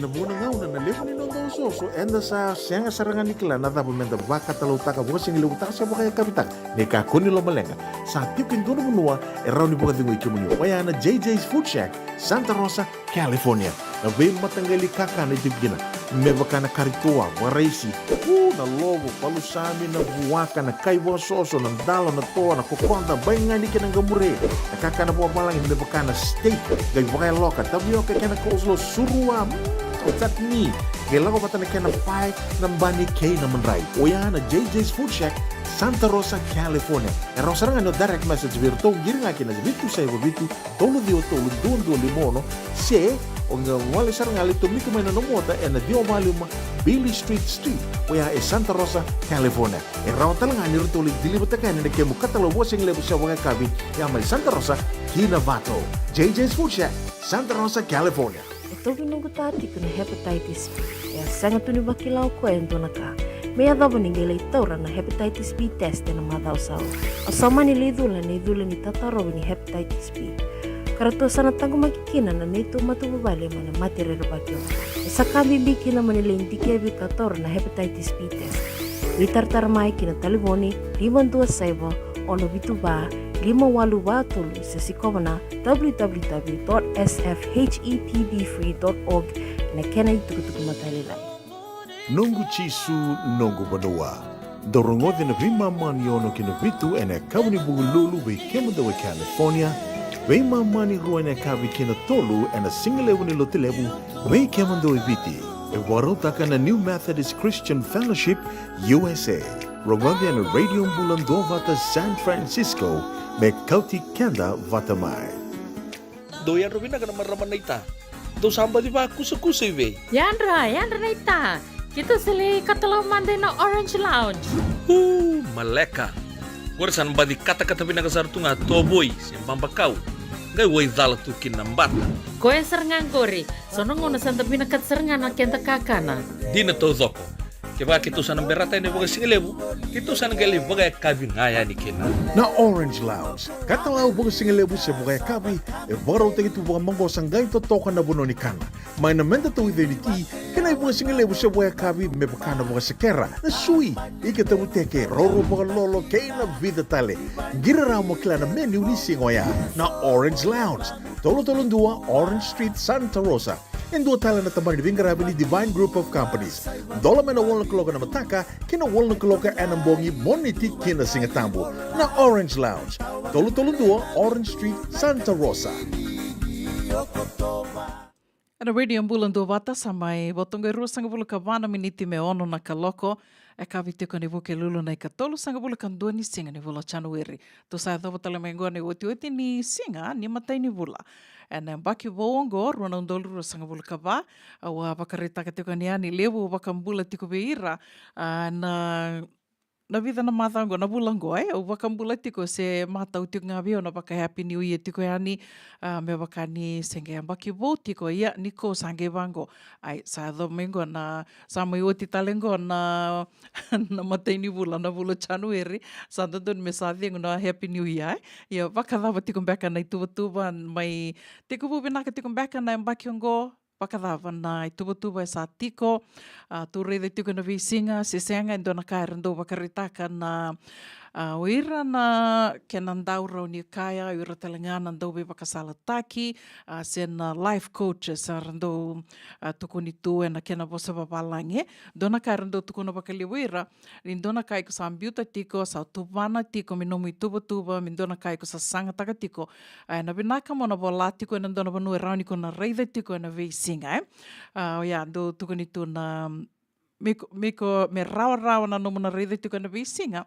e na vuke atalenga na nomo na sasanga tiko mo na rawata se mani dava ngai nomo i tuba tiko ia Dona kau bewa se talitunga ni kua o ke la ni bunga bekem ni o ni sana rere ke la tiko bekem dona sembera tiko ni ke la se bekem dona sa ke la tiko ndo se loma rua tiko ndo loma taru tiko mbeka se ndondo mbeka mo ni na takava se senga wakam bimbi bekem ni na sama i wakai tiko ana vanua le bunga Amerika ngo endo talangana tambana kau benga ravi kina ona numa mi wa se talimandanga yani we wakararama takitu we wakaungeti me wakani sengi tiko bo talitungo endo na mbaki bo ngoe ndona ka unitaka ni na tiki talitunga ni nonda i tuba ki la ni ndo tikubu wango ndona mbaki vo tikubu Vata na i tuba e tu kena beka so enda sanga menda na mena wakatu dhoka taki se mena wakabinaka taki mbeka se wakatu ruida ki taki unitaka ni tiki talitunga ni nomu ni tuba yana kena ndua na nomu ni life insurance policy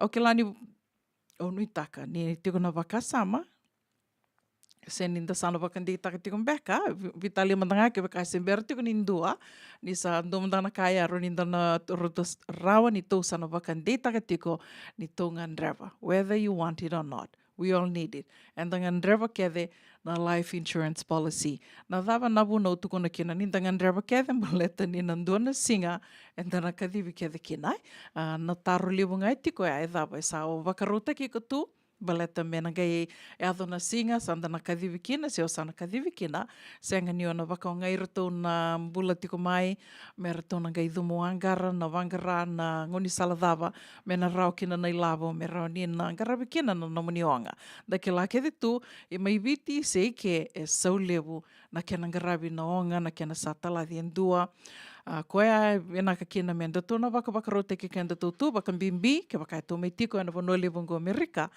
Tō wunga weekend tō mai tubu langi tū and senga nindua talambeka na weka i tū.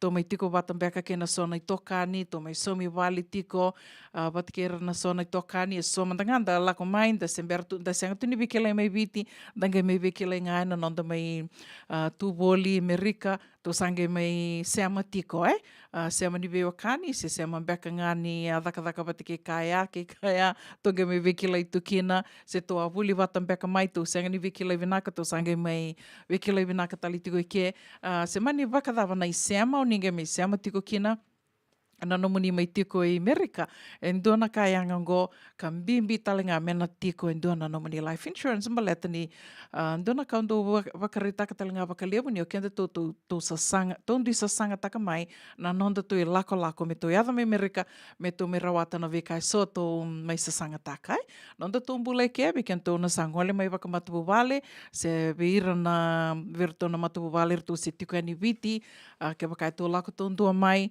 sangai na mbula i ke, me tōna tiko winaka mandanga i ke, watikera tōna wakakina ro tōna tiko mai viti. Koia e mbimbi kina me ndua tiko na nonda tō life insurance policy, baletani tō senga tūni ki lana singa e tōna kadhiwi kina. Ngoe ndua talinga na tambana ka uwenga rawi tiko kina, na kambani uwenga rawi tiko kina, na Lincoln Heritage, ke wakau nina reida tiko, sa senga ni ndau mbita tiko ani, na i tukutuku ni vivoli, sen commercial, ka ndo mbita tiko ani me mbaleta na nongu venga rawi na Lincoln Heritage Life Insurance, se wakareite ka me bioni tiko e sona kambi, no vei sau taka, me onga mbita tale ani, me nanga ndau vei wakana numitu ani veke muni ana vei singa. Na ngona mandanga ango, ana numa miu sa wase tiko mandanga ani, vei wakaungia tiko ani, ke wakai sember ni ndua tiko, se o ni loma rua tiko, me ndua na life insurance policy. Sa kaoro ni ambaki, go, na nongu venga rawi woli tiko mai ana kambani go. Na tambana ni insurance, ronikaya sa tini wakadada na ambaki na nongu sa mai tiko boli Amerika, sa boli aksartingo ni ambaki rosanga bulu ndona ngona mbalabu. Wakalilingana nongu yadha mai, o sa mai wuli da e sona ka wakalise ni sara membaleta na life insurance. Koe o sara ni kai kina ni usamba ukila toka mai e vidana ka utuba ka rao me o venga rawi kina wekenda tōna i tōkei. Wekenda tōna ngoni ni viti, sanda ngole mai nda sa mei tu e na wano liwango, e sona kai ndon renre na nonda kila vinaka, se menda tōru vinaka, sona ngauna e ndon renre mandangana nonda wakatataro e ani, au ke lani, da tō sanda uvital no taktal ngā wakaliwo, kenda tō e ndon renre tu na nonda tō taro, tō ke lai ndona ka me tō taro. Koe au tuba ka rau, wekenda tō na i tō kei, tō sa mai wakai tiko ana wano lewongo Amerika, me o soma ani na nomani wakatataro, se mani wakadawa nomani wakatataro, member letter na insurance, life insurance. Na kambani ko venga rawi tikinongo, ke na dua talinga na usange reida tiko ni so era wina kata na term insurance, e senga ni tiko wiki tō e na Lincoln Heritage ka usama ni tomana talinga kina na nongu venga rawi e na kambani na Trans-America. Na Trans-America. Trans-America, go boli takatalitunga na term insurance, watke na Index Universal Life. Au sa tukuna tikunga niongo, ke wakao ni sana rongo da tikumbeka na sona vanua, wakadhadha na Index Universal Life. Na dhava ya se na term insurance, na dhava ya na dhava na kia na vinaka, ninge vei taratara mai, au sa tu wakarau, meo na wakamatata taka ani veki muni na matangali insurance ke na rauni na buke ke muni talanga muni kila, which one is ideal for you, na kena dhawa e vinga niti ke muni. Koia. Au wakambimbitaka na nongu venga rawi tiko e na Lincoln Heritage mbaleta ni goendo na insurance policy ko ke la ni na yanga pe kenda kede, ka senga walanga ni anga pe kenda kede, ndona ka e tondo vital no taka wakalevu, senta ndou riba mbit, taka tumbeka na nonda woli life insurance, o ya na nonda senga tunikila, e na somi kede mai, na ngone ave kena na lenga se senga, e na somi, e na totola na kena somi mai se senga, rona taro ya, na totola na kena somi mai se senga, e na somi kede mai se senga. Those two questions are important ninda vital no taka tiko na life insurance policy, Koe a ronige wakamatata taka ani na Lincoln Heritage, koe au tukuna tiko, Ni dondono men dubi kio mani menda andua kede na Lincoln Heritage Life Insurance Policy. Se samani tiko na nomu policy tale na dua tale na kambani, that's okay. E rauni tolu wa lima tu na nomu insurance policy. Senga ni waka lawa, senga ni dona lawa, me waka tambue endua mai na nona ya vida tu, mai na vida wata tu na nona life insurance policy. Ya, na dhamu beka utukuna kina ni vinaka na insurance se na Lincoln Heritage Life Insurance paletango. E tiko nomu tax ID se senga, se raungani ndua na nomu. E tiko nambada se senga, e se raungani ndua na nomu se mani o sa tobi mate tu, tobi mate mbimbi, me waka na cancer, se sa tiko mbeka na, se o sa dialysis tiko mbeka, sa matini uto, sa sele, na bypass, se senga, sa tiko mbeka sa do dengu tiko mbeka na oxygen, na ke wakai sa mani bimbi vai ana mate e se rawa tiko ngani ndona no mani policy e na kambani ngona Lincoln Heritage. Senga tali ni ndona kambani e na sulia na matangali coverage ka tiko na Lincoln, se na matangali wibuke ka dau wakai dora na Lincoln. Na buno tuko na kina ngoni ke waka, ndo matangana ka au bia waka matata takani baleta na life insurance go. O kenda ni ko bolie tiko na life insurance ai ko bolie tiko iko ndo na uma I labo levu e na nomu kama de vida na nomu ni sosomi wakabula. Ia na nomu sosomi wakabula se na nomu premium e na dhaka taki mai na mbaki ni mbula. Due wakatawaku se senga, marama se turanga, se ndue tiko na nona ke wakai tiko na nomu tax ID se senga, se sa tiko na mbada, na mbimbi ni mbada tiko se senga. Nage dhaka taki kia, na nage wakatau I kia na nomu sosomi ana vibula. Ia, kamanda ke wakai ndo nomu sosomi, ndobe mbeka vekenda tou, na nona sosomi $5 se $1 ndo na vula. Wakasama taka tingana na life insurance e vatiko ngo, iko soma tiko, e $5 se $5 se $1 whatever it is you pay monthly, na nomu sosomi ana vibula, iko volia tiko, iko endo na uma I lavo levo. But e so, endo watungo, o yeo sana lusinga nungu labi, nakadake mo maruru I lavo ngai nambange. Senga ni toto Vata. Endui, balai tiko maruru I lavo I nambange, ke wakai adho na lenga, na I lavo ngai ko ambita ni nambange, na lavo ngai na suli me viko. Kalau ngata, ke wakai me tiko endo na tumbu, sena interest. E kalau ngata talenga mi ko rauni na ngoni ko le withdraw ta kina se mesa tori me ne lavo ya ni rauni ko tura ke de mai balata ninda ke la ke de tu na mbange e tiko na nomu fees e so mi tiko na beivula na ke e so mi tiko na nomu bank account nomu waka account tiko na mbange a iko na so mi tiko na fees e la ko tiko a koia ke waka ndu mande tiko na waka sama kuni au sa kuni au sini be boliando nunga life insurance policy au na vaduri lavanga na mbange but ke ado na lenga au ni turanga mai nunga lavo na mbange na ndu e tiko ngo na ilavanga ke ado na lenga na ilavanga kumbita na mbange, that's all you're gonna get. You're na life insurance se mani 5 sangavulu, se mani 1 sangavulu, whatever amount, iko soma tiko na vibula, o iko ovolie tiko baka, iko soma tiko iko na uma I lavo levu. Let's say iko volia iko tini na $1, se ro sangavulu na $1, se vitu sangavulu, se mani davanga, na $1 iko volia yana nomu coverage, iko ngai soma tiko nga 5 sangavulu na vibula. Soma tiko nga na vibula. Kamandi senge ruanga na vula iko soma tiko kina ya, se tolu na vula sa yada na lenga.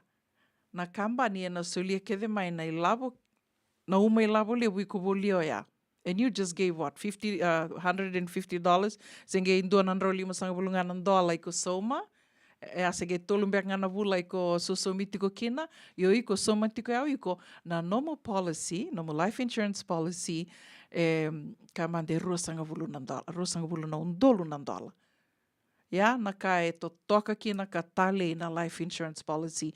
Ya na kena bimbi, mo voli endo na nomo life insurance policy. Levu to na kambani ondo tuku na levu talitunga na matangali policy.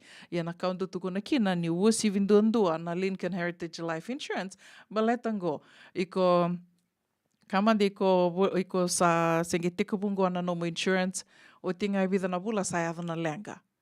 Na kambani na warakanga na death certificate me yadha mai.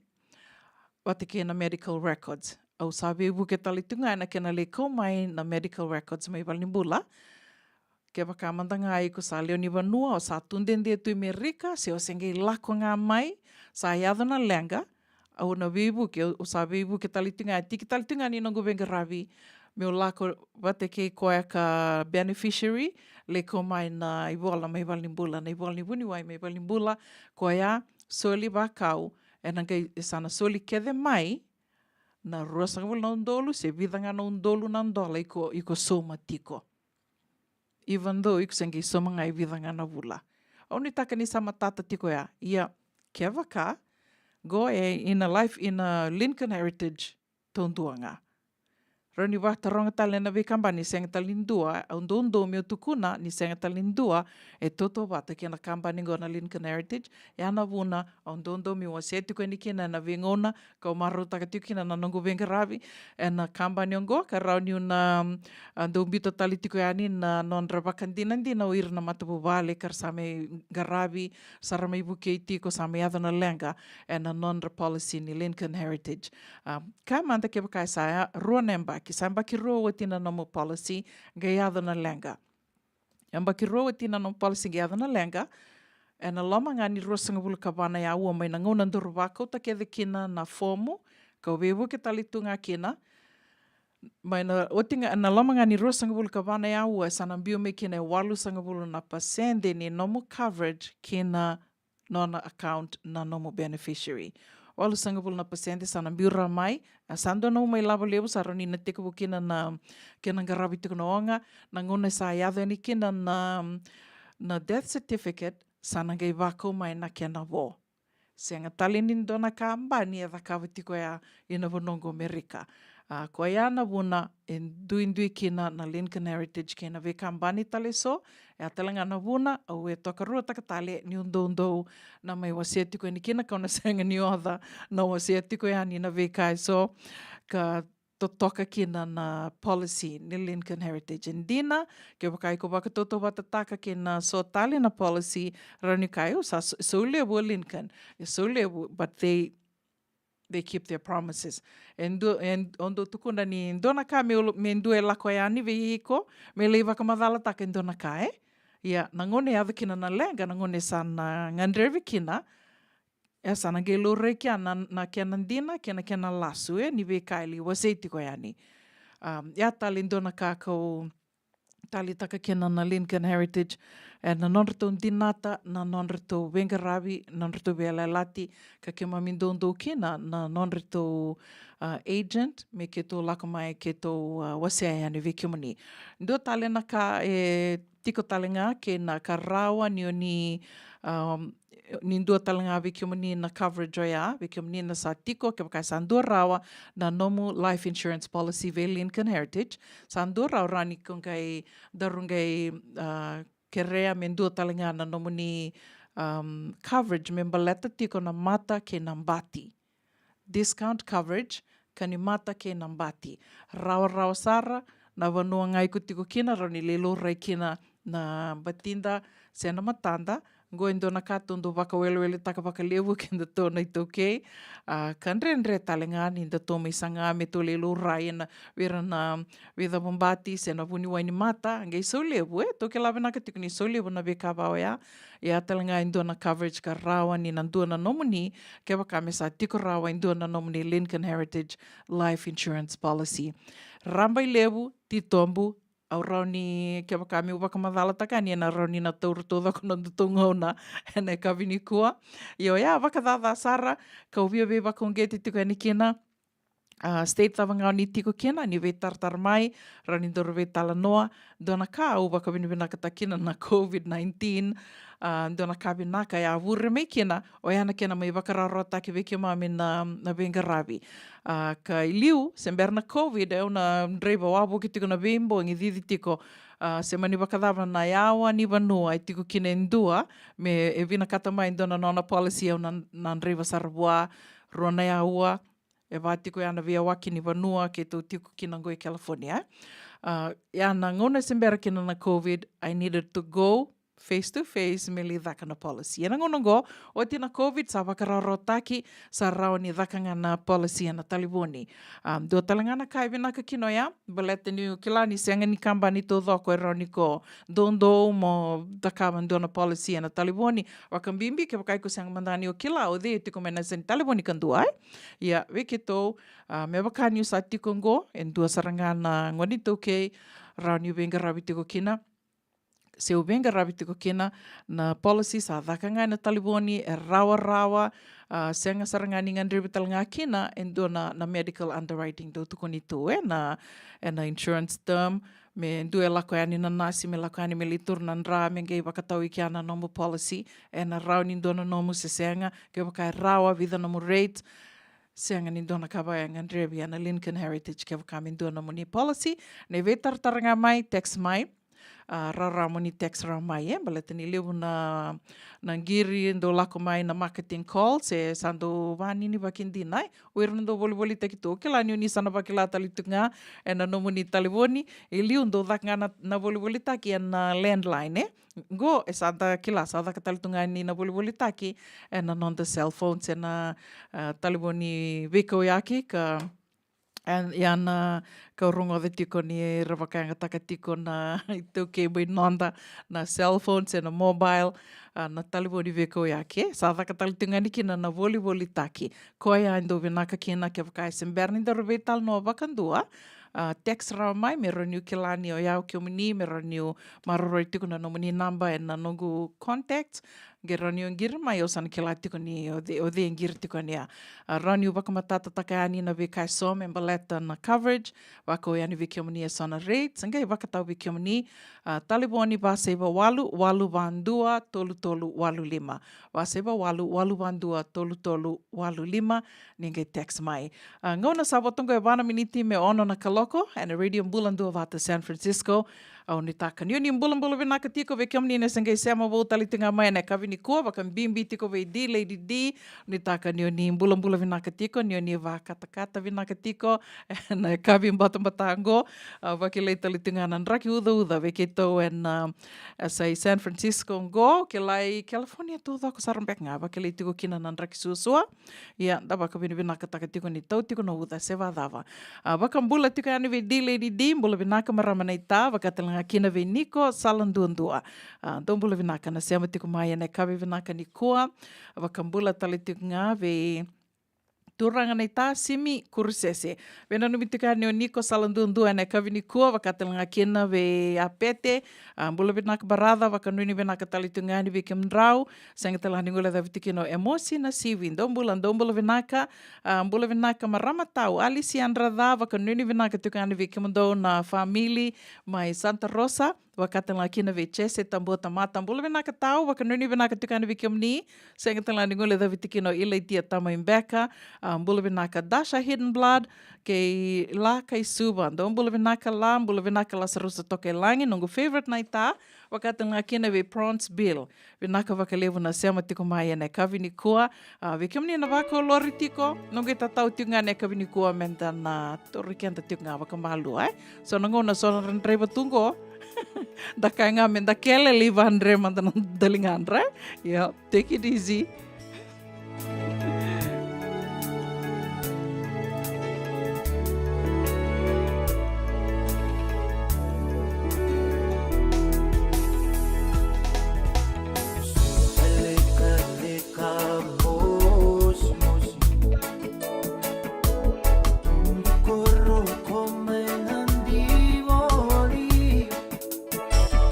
Rumah ibe kilai, bikin awal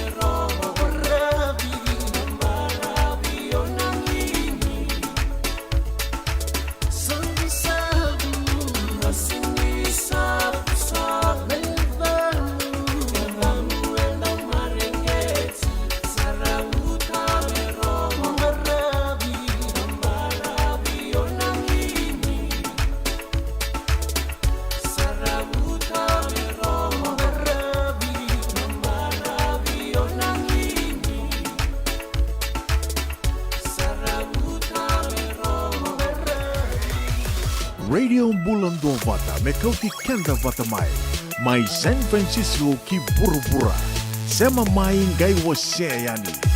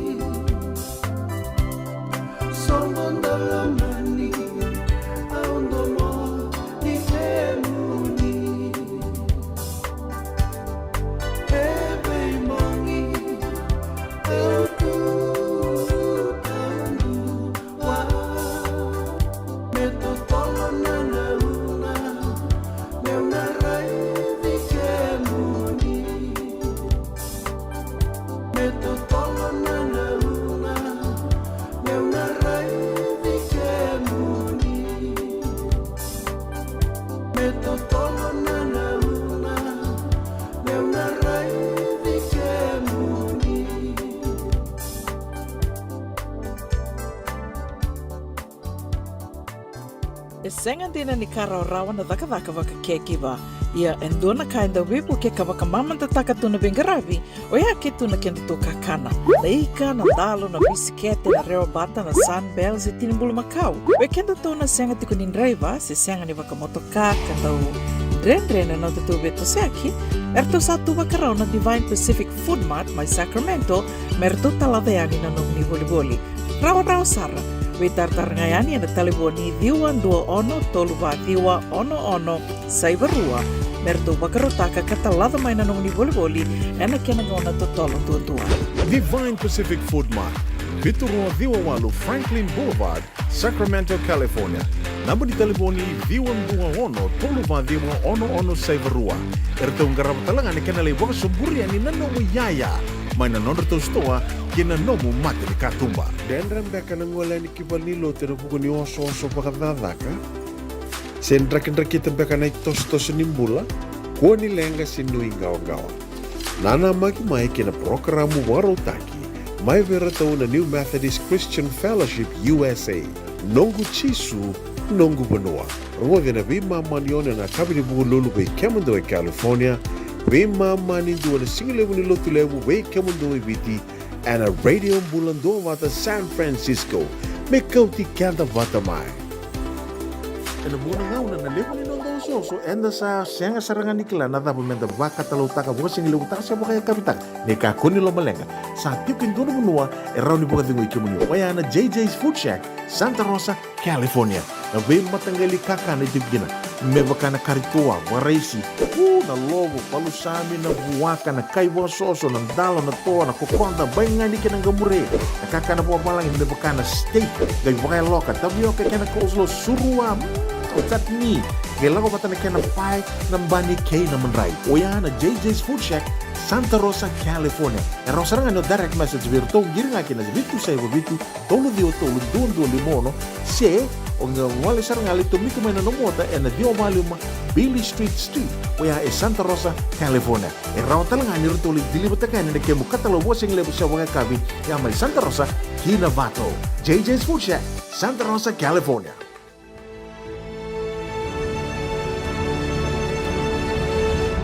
Ongo na rongo may bala ni Songo and a radio ang Bula Duavata, San Francisco. May Kauti Keda Vata mai. Toka rua ta ki tali tungani na nonde wasininga o na ni rongo may bala ni Songo e ne kabi benaka ni buke lulo endindai ni ka rusang buluka tolu sanga bulukan dua ni singa. Ni vula Januari, ruanga ni tuku e adharati ko mai matai, duanga na visuri tiraramba tiko, vikimuni and East Bay, bakatelinga kena na peninsula, ya mai weekend to e Sanangoi, San Francisco, weekend to talaga me na Sonoma County, ke bakandunga lala, kota Sumbiani ki San Jose, na vivo no kedanga ni tiko kena, ke vole kata tiko na Wanongoi San Bruno se Millbrae, vesure tiraramba tiko yani na tambana wakaviti, na songo loto na LDS Fijian branch, vesure titiko ki nandoa nanda nisi kana wakaidori tiko ani kadio ni singa. Wakarombuka mayongo ni kadio ni singa ni volo Januari ni Februari teka butiko ana vito na kaloko ane kavi ke na vimama ni tinikandua ena mbongi. Koya na Sanga ni sumitiko na iduruduru, ni ngoaleani, wakalioleo tala kisota, wakaruta kitiko ndo na wakakavi, na wakaloma vinaka, go na kanisota saranga, waka enembaki vongo, tala ki vekilai, vesuritira ramba tiko ya, mai na LDS Fijian branch, kana wakaidur tiko nandani siongo, na wakarombuka mayongo, na kadioni singa ni vola Februari. Tuku kataraba, paleta tikunga na visuriti talitunga, ke na timi ni netball, ke na volleyball, timi ni netball, ke na volleyball i Merika, tau dhoko Merika ra ramba, go vikim dau na via lakumaindu mai wakai tabi, and sota, kartung biuta wata tikunga na Bula Bay Volleyball Club. E wakatokai tiko na Bula Bay Easter Sports Day, na wakai dhuri tiko, and na wakarawai ne katolu sangavuli singa ni Vula Machi. Wakarawai ni katolu sangavuli singa ni Vula Machi, na wakai dhuri tiko na Jerry Rayba Ash Park, tolu vitu, tolu ono lima Ash Street, 37365 Ash Street, Newark. Kana tikubu tiko na sanga nimbitiko mai vida na kaloka ni tikubu kina. Na iduruduru bekim do na timi ni netball, se na timi ni volleyball, do na via mai wakai tavi tiko na VCC viongo, se na sota ngo na iduruduru e aruanan rau $5 do na timi, nege vei tartareani, vei Peter Isaac, e waka me ondo wako te ani kena na nomundo iduruduru ni timi ana aruanan rau $5 vei Peter Isaac, e na vasa iwa walu, ono tolu vitu, tolu rua walu va. Ono vasa iwa walu, ono tolu vitu, tolu rua walu wā, kia ni tukutuku matei lalai, ningai sikova ngā maina nondo tō watawatongo, e nangai biutuka ni kena na tiki ndua, ka tiko talanga ni kena na non-rau namba ni talewoni, o rau ka rau ngarawa tiko na sota ni volleyball, wakatelanga kena na sota ni netball. Na idurdur, ni wasoti au na idhobi labo nganga, e rto wakarau takatiko, na timi ni volleyball, koe na nganga, e na nona tiko, $2 talanga $1, vikim do na timi ni netball, runners up, rona yan $2 $1. E ane ka tolu sanga wali singa ni Vula Machi, kana wakaidori tiko, e na Jerry Rayba Ash Park, mai Newark, California. Sipatonga na ono, e na tini ka ono na miniti.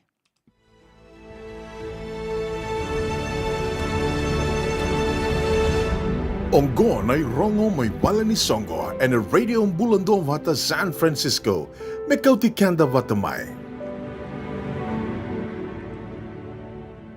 Se mani songo dhabanga, ando lewena tiko, se ando sengai vital no taka tiko mena toia butaki, e tiko na usu tu, se na inaki ni songo ngori, se mani dhabanga no mdo inaki tiko no mdo tuba, rao ni na mai kadhiwa ki tiko yani na nonde wasininga una ni rango mai wal ni songo, and radio Bula Duavata. Se ngani na somi tiko na kiana mai kadhiwa ki yani, ngoendo na ngoni sala rao ni na bebu ki tiko kiana na nomdo sasanga, na nonda tau station ngo na radio Bula Duavata, wako ngā mai, ke na messenger, na radio Bula Duavata messenger, se rauni ambita talanga mai viau, una buninda kua se veitali mata ki mbau, tiko talanga ina na messenger, na i tukutuku ni namadu sasanga mena mai kadhiwa ki wali tiko yani, na nonde wasininga ona ni rongo mai wali songa na radio Bula Duavata, ka ona via takarua takatali tiko yani, vena numi tali tunga waka, na numi ki omni tiko yani, ni radio Bula Duavata, e tau i vura kethi tiko, senga walenga e weekend tau e California.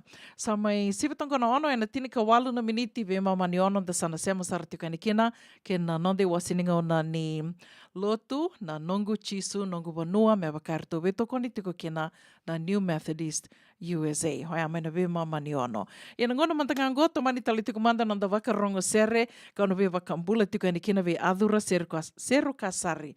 Venaka wakalevu na sema tiko mai weli kutu, and kavi venaka ni kua singa levu tiko ni lotu levu ve kimdo, ni taka ni tosa venaka tiko na venga ravi mai sanangori. Wakatala kina ve Eleanor singa, mbula venaka noa, wakanduni venaka tiko yani, ve kimdo na veti nani, ve tumbuni mai Santa Rosa.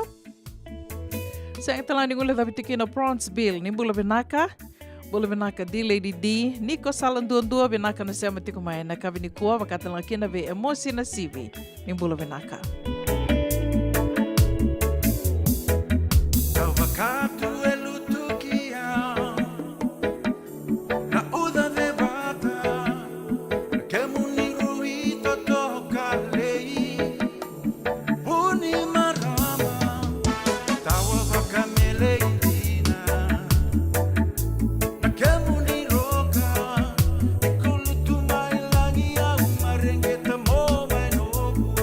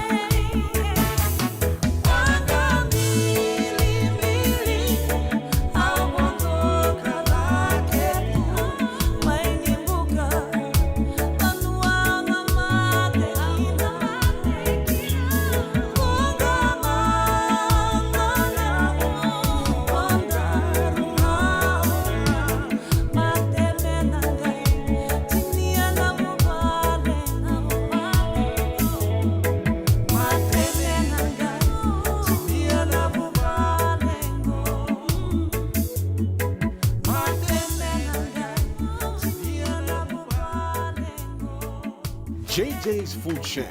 E tiku kedi kina nakakana boka biti me bakana kokonda. Lobo, benani na ikani do itu na budi na dao sa tabio. Nakakana boka malangi me bakana steak baka eloka kina coleslaw. Woo-wee! Nakaritoa sa wadha badina na kini kanakana. Kaya tiku talangana nono to specials and lomo ni madawa. Daw tamba na Facebook. Na doi ni tiwa ya na bani mandrai pai kaya na bungatale. Go na JJ's Food Shack. View Valley mo Billie Jean Street, Santa Rosa, California. Karo talagang rito dilibo yang may Santa Rosa, may yato sa rani kina Vato. Girit-rito sana kina Vitu Saiba Vitu Tolo Vio Tolo Dundu Limono. JJ's Food Shack, Santa Rosa, California. Ito binunggo tati ko na hepatitis B. Kaya sangat tunibakilaw ko endo na ka. May adabo ni gilay taura na hepatitis B test na madausaw. Asama ni lidula ni tataro ni hepatitis B. Karato sana tango makikina na nito matubabali mana matirero bagyo. Sa kabibiki na maniling dikebi kator na hepatitis B test. Witartarmay kina taliboni 527 ono bituba 582 sa sikoma na www.sfhepbfree.org na kenay tukutuk matalilay. Doyan Robina ka naman raman na ita. Do samba di ba kusa-kusa iwe? Yandra na ita. Kita sili katalaw mande na Orange Lounge. Maleka. Warasan ba di kata-kata pinakasar tunga toboy siyang pambakaw. Ngay way dala tu kinambat. Koe serangan kori. Sono ngono santa pinakat serangan na kenta kakana. Di na to zoko. Kaya kita sana berata ini baga singelebu. Kita sana gali baga kabi ngaya ni kena. Na Orange Lounge, katalaw baga singelebu siya baga kabi, e baraw tayo ito baga manggosang gay totokan na buno ni kana. May namenda to ito ni ti, kanay baga singelebu siya baga kabi, may bakana baga sekera, na sui, ikatabu teke, roro baga lolo, kaya na vida tale. Giraraw mo kila na menu ni singoya, na Orange Lounge, tolo-tolong dua, Orange Street, Santa Rosa. Yung dua tala na tamang ni Grabe ni Divine Group of Companies. Dola may nawal na kaloka na mataka, kinawal na kaloka anambongi moniti kina singatambo na Orange Lounge. Tolo-tolong dua, Orange Street, Santa Rosa. Radio Bula Duavata, may Kauti Keda Vata may San Francisco ki Bura-Bura. Sema may gay.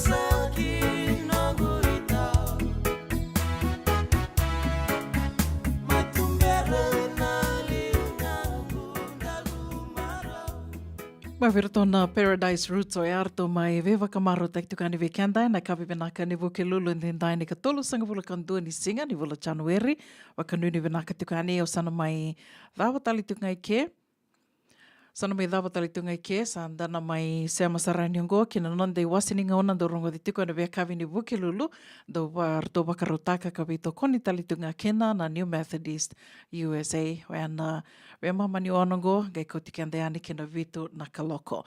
Namu ni toka ningo una uninda kuan dan nge me berongo din domo talitiko and ngono batanga o ana kabini bakarombuka suretika mani mo ni sama tinga main dan dau rongo da tu kena na nonda irongo se na itala no eso mai na ve longa ni o ana kabini bakarombuka.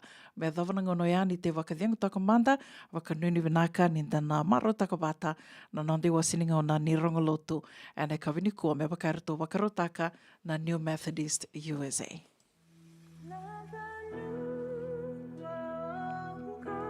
Nongu Chisu Nongu Vanua, Warotaka na New Methodist Christian Fellowship USA, and a Radio Bula Duavata San Francisco, me Kauti Keda Vata Daily at 6 p.m. only on my TV. That the pastor should rise to a level to become a strong man and a servant of God. Amen. Hallelujah. And welcome to the Family Table Talk on every Saturday morning at 7:30 a.m. We would like to greet all of you. I believe it's Saturday. For most of us, it's supposed to be a lazy Saturday. It's not a day to work, not a day to be going out to do anything at all, but other than market and also preparing yourself for Sunday. Well, I'm the same. And this morning, I don't really look forward to wake up in the morning, but there are certain things that you cannot avoid. And I would like to greet you if you're one of those people that are actually forced to stand up because there's work to be done. So we would like to welcome you this morning. And also to those of you that are logging in outside Fiji, thank you for joining us. To all the countries that usually join us, from Europe, from America, we have New Zealand, Australia, Vanuatu, California. There's quite a high number of viewers always from California. So we would like to welcome you this morning. And I believe your time difference with us, it's your afternoon for most and your evening out there in Europe. So we would like to greet you as well, to Cyprus, and not forgetting Northern Ireland as well. So Bula Vinaka, and thank you for joining us. And also, if you get to hear this program on the Radio Bula Duavata, San Francisco, I believe you get to hear that because we always organize the replay of the Family Table Talk on that network. And it's interesting because that radio, you can log in from anywhere in the world, and you can also watch and hear. So thank you for joining us this morning. Wambula tukani weekend na sarsara tumai na vikor bagaviti Bula Vinaka na matakani kuwa listu ba mai tite se ngai barola ko tunai tite do tumera na kurora se bakalolo topai se topai se fakalate se tabokana tabuta kina matakani kuwa sa wambula tukani asa samola wikem do mai loidake loiloma mai la kamba batake kono balavo vivia ni Bula Vinaka Loma i viti na vi anu todoko, kena vi koro, ingau, batiki, nairai, owalau, motoriki, patake naingani sini, mule da vikina vi kenda tuko na vi koro lele weso, kenda dauna makatuko mai na program binango. Bali bula, bali vi besu, kabatala kena vi hotela, ni saata taratuka ni kina na walesi. Bula tukani el mataka ni sigandindai kali muna baba ni binaka na nonda semati kumai pe mama ni vitu na be singa bogarawai Family Table Talk we talo tak sarang akina nonda muna mama tabu bale kanda do durma tu na be singa nonda volleyball na kanda kania na nonda mama roi bula baka biwatini bula baka bitamani bula baka bitinani bula raramba kena we talo noa ena mataka baka ongo Family Table Talk and nabi mama ni bitu. Pagkamula tu kanina nabi bono eso New Zealand, Australia, kapagkatala kina nabi yan na Pasifika sa pagkamula tu kani. En matakan ni siganindai.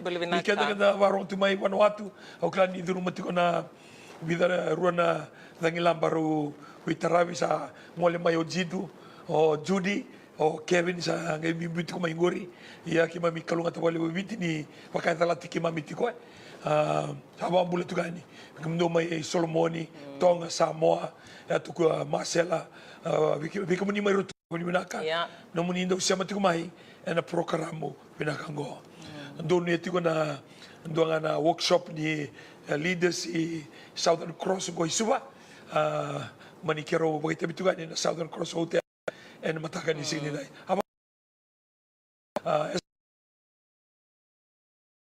May buwa takaw ni sa Bula Binaka. Kaya nawiyan yan.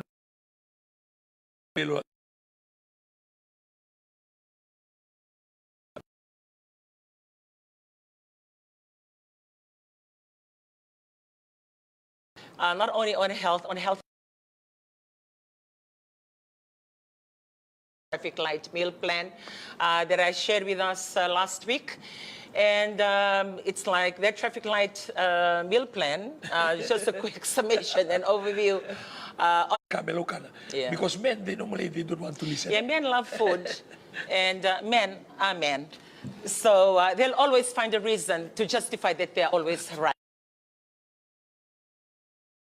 No red meat. You'll always come home in a warm. So that is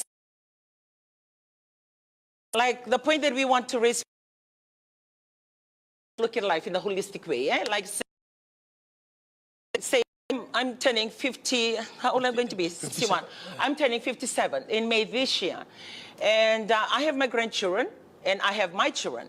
So for me, the way I look at life is how many more years, or how can I push myself, or what is the year that I look forward to, knowing that this grandchild of mine will reach this age.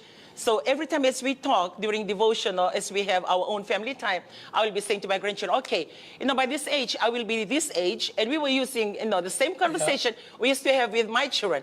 And now my children has got children, and they have their own families. But when they were small, we talk about the same thing. And we will be saying, okay, when, my eldest daughter going to be this form, this one is going to be in that form. And then I look at my son, I will be this age. So that means when you have your children, I can, grow up with them. I can be there and still healthy, which we have come across. Well, now I am looking at my grandchildren, I'm saying to myself, okay, if Joshua, who is the eldest of all my grandchildren, is 18, to be 28, meaning, if he's going to be 28, it's like he's supposed to graduate, he's supposed to have, a job, he's supposed to have a family on his own. And with that 10 years, that makes me 67. So I think that way. And I don't just plan things and make it happen or, like to think, okay, we are good. But as I plan, I work back and check on my life, whether my life is sustainable enough to be alive until that time. And those are the things that we don't think about. Most people, they don't even go there. You're busy planning here for your future. You're investing for your future. You're buying your home. You're buying your car. But for you to look within you and say, will I be healthy and live longer to enjoy that? But the weekend, the terasa tu ngana wali binaka, the marre non de labo, bolino non de motoka, na bayau te kikenda. Non da bola kenda gesanga din garuna. Nangan da singaru kenda non da bola, the weekend na mate vaka sauri, so weekend the sanga ni ava na bakini bola ikutubu chikokina. And I was reading through the papers this week, the emphasis on the NCDs. 80% of death is always on NCDs. I mean, that's from the medical research, which means the NCDs and the mate suret, okay, the suret na mate. Kaya kung bula vinaka tu, kung gavi kanyaka, elevo na matagali kakana, me kombada kina. E anda kena baka madala ori kai weekenda, me rau na nonda kila, Maka kung bula vinaka tu, buli kung menakalo kung bula, kung bula vinaka, iko vinaka. Ongai viviaka kung na lewe ni mo na vikaki ngo, na uro, o kana baka Italia, mo maimbada kina. So kaya, iko sureta na mate. O vinaka, ongai sureta mo watabi mate. So NCDs, those are the diseases, which means some of the diseases, they are reversible. I said to you in the last week, some of the diseases are reversible. I suffered from a disease that is reversible. I wouldn't have known that I have that disease unless I had gone for my medical check. Well, there is another thing, medical check. And then you say to yourself, why should I go and see the doctor? I'm good. Like, it's okay, But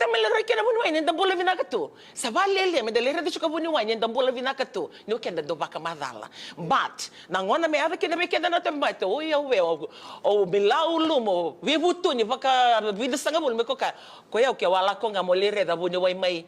So when you're sick and then you realize that you're supposed to see the doctor. But to go to the doctor when you are well, I don't think that works well for it okay for us. And even for those of you living overseas, you may have left our shores, but you're living okayly in the land of the living where you are. So the mentality needs to change. We need to change the way that we look at life. If you love your life and you love your family, then you need to do something about your life.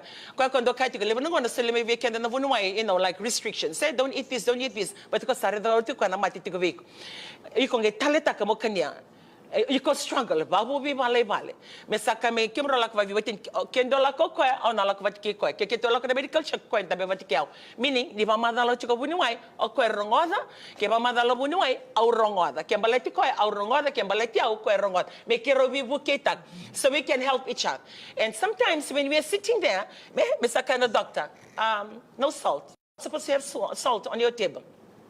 Iko sange kadishkai kara masim mege kama yo na ni anda bechuko vatikiko na bunuai kame bitela mandana bunuai kote bivia massima sabe que de vir na sipune e vuka na vilete ne ngone ndona kailanga kineviko ona kwa chikongori ko sanga mibukiko ko reditiko na nomrombula membalago and okenda gendando reda na taste se na kai affecta na kai enda kanya, which means you're just thinking of yourself. So Nambula baka, a healthy living. It's quite a broad subject.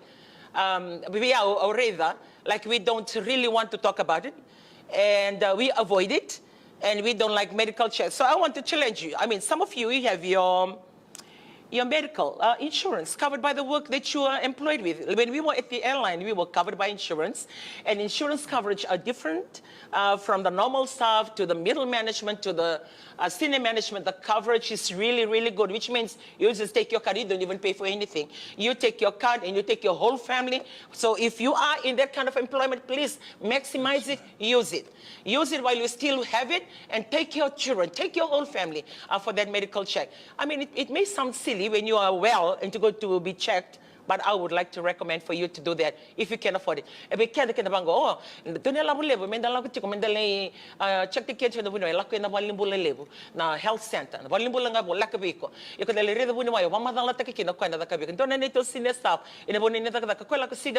Medical check.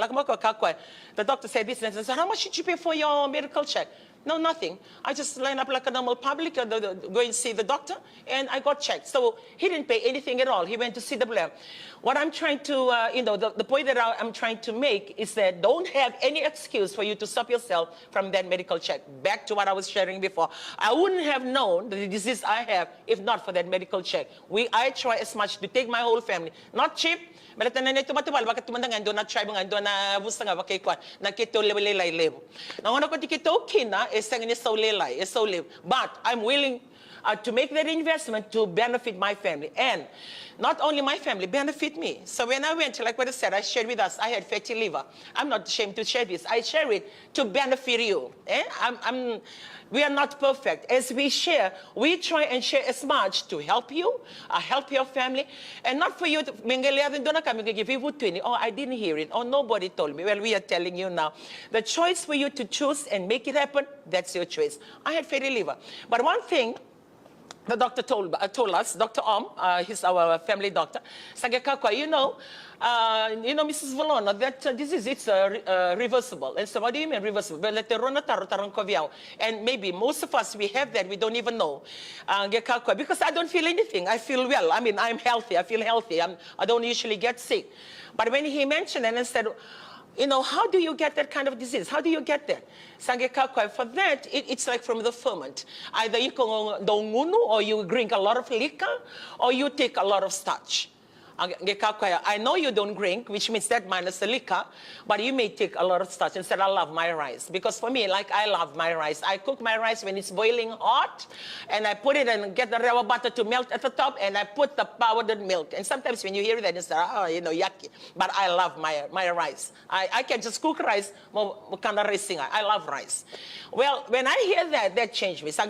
You have to go according to this traffic light meal plan, which means no starch, no rice, no nothing. And But then my mom was diabetic, so I thought eating rice was okay. I managed sandalo and tavioka, but I was holding on to my rice.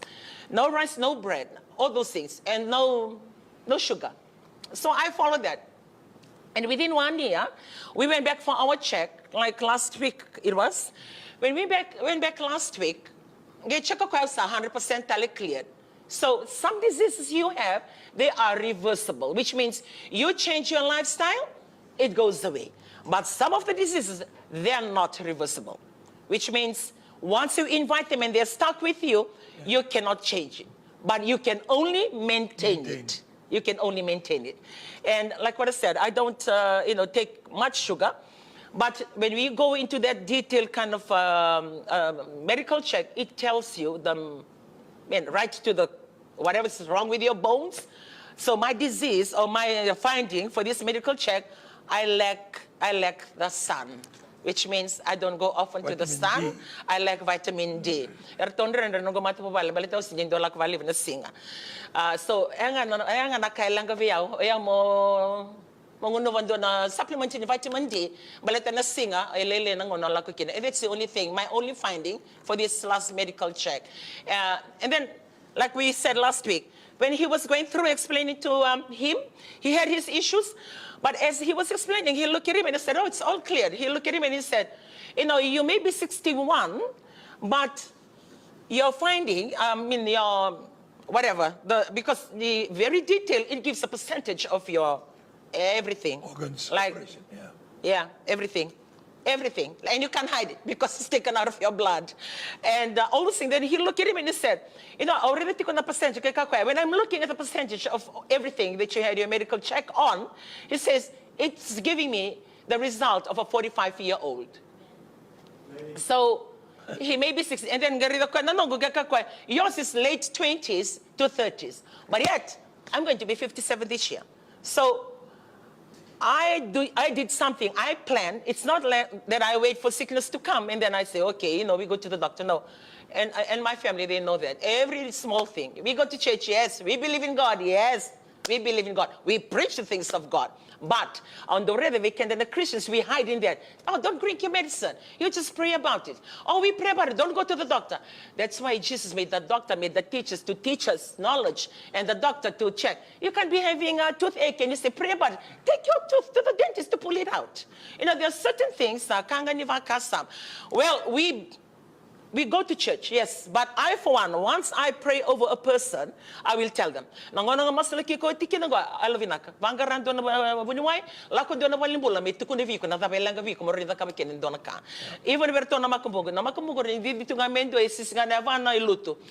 Come, I pray over you, you're going to go to the doctor.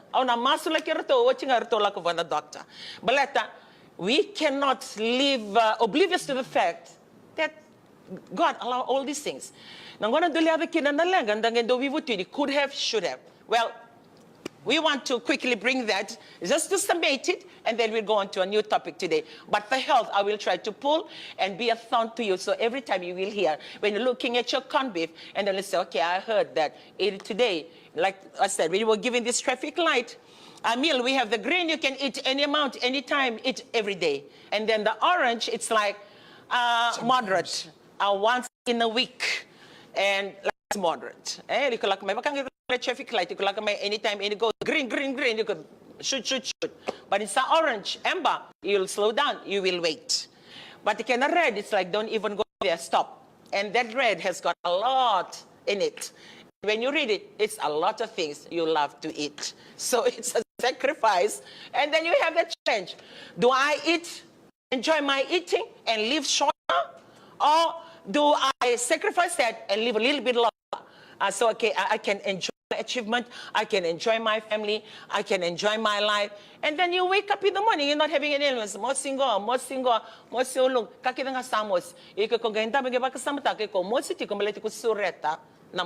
So change your meal plan and change your diet. Maybe you raise your hand and said, how do I get hold of that traffic light meal plan?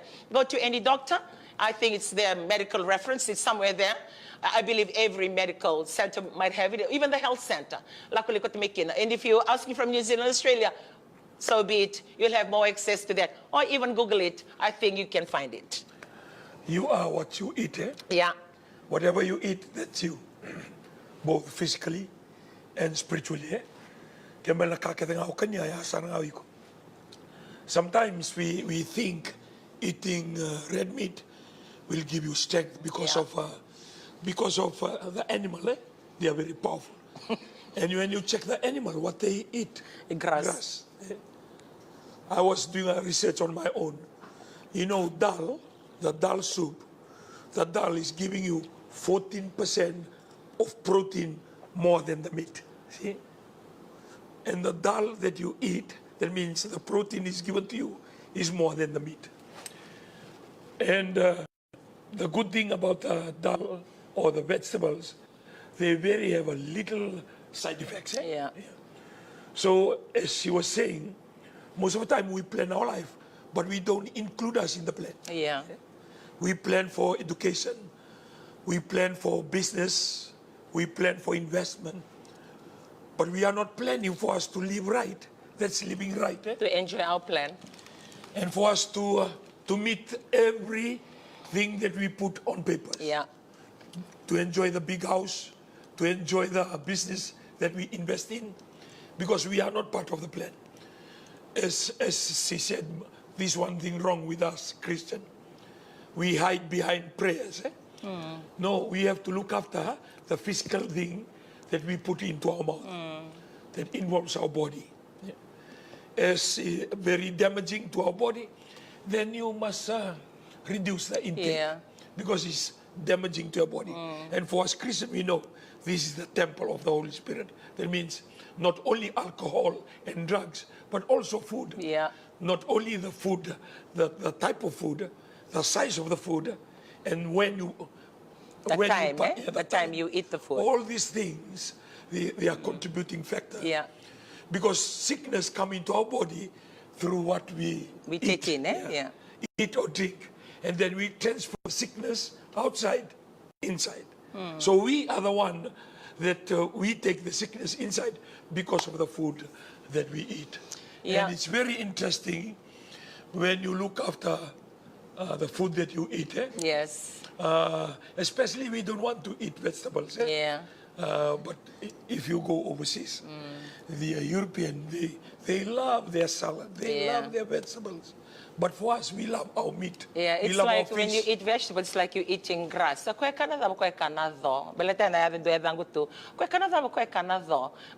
vegetarian. So it's those kind of reference because we are so used to our food. And, you know, it's a good point when you raise on that element on Christians. Eh? And that's one thing I see about us, Christians. Because we tend to, we think that we can just eat like Italia, and you just come and pray. Yeah. Just because we go to church. Yeah. Just because we go to church. Yes. And we believe there's a God. Yeah. And we can, our discipline is very less. Yes. We are not living a disciplined life. Yeah, we use that element of answered prayers to think that you can live anyhow, but God is going to, you know, heal you. Yeah. So I want to remind you, that doesn't work because God helped those who help themselves. And you need to live right. If the doctor says so, then it is. Well, you may be saying, oh, okay, they know. They're just talking about health this morning. Well, we'll switch code. This morning, yesterday, I was just sitting in the office. These are a few of the people that I've met over the week sort of give me ideas, not only ideas, ever kind of convict me to bring this topic to talk about today. And it's on our relationship, it's husband and wife, relationship. I met up with a friend, and before she never, you know, when we met, and then she was saying, you know, I'm trying to go to New Zealand, but because I know she has about 5 to 6 children. And I said, okay, you know, there's a lot of people who are going, their marriages are not working. And if you're going, make sure you go with your partner. And then I was giving like my counsel. And then she didn't say anything, okay, fine. And then after a month, we met up again. And then she said, I'm really facing a lot of problems. And I said, what's happening? And then she was, you know, she slowly shared her problems. I mean, she doesn't see that's a problem. To her, it's like issues. But for me, when I hear it, okay, And I said, okay, when you spoke about going to New Zealand, I didn't really think much about it, but now when you're saying that, so a lot of people, not only as I converse with, and even through the prayer request to the throne room, we have a throne room that prays like from the morning to the afternoon. And we also have Miracles to Happen program that happens every Monday, Wednesday, and Friday, where we have a few pastors that are rostered live on TV, and they prayed over people that are calling in for their issues. And we have one of our senior pastor, Osea Rasea, and he submit everything, every call that comes in, and group them to issues. And every time, since we started this program, that's about 3 or 4 years ago, the highest is always family. And that family, you can take it down to relationship, you can take it down to the children, rebellious children, like there's a lot of elements, but family seems to be the highest, which we would like to talk generally about today. But as I go through that and listen to that friend of mine, and also the prayer requests coming in, not only to the throne room, but coming directly to our office in my TV when they drop their sitting or their activators, and these are non-church members. And I would like to bring that to this table this morning. Well, it's a family table talk.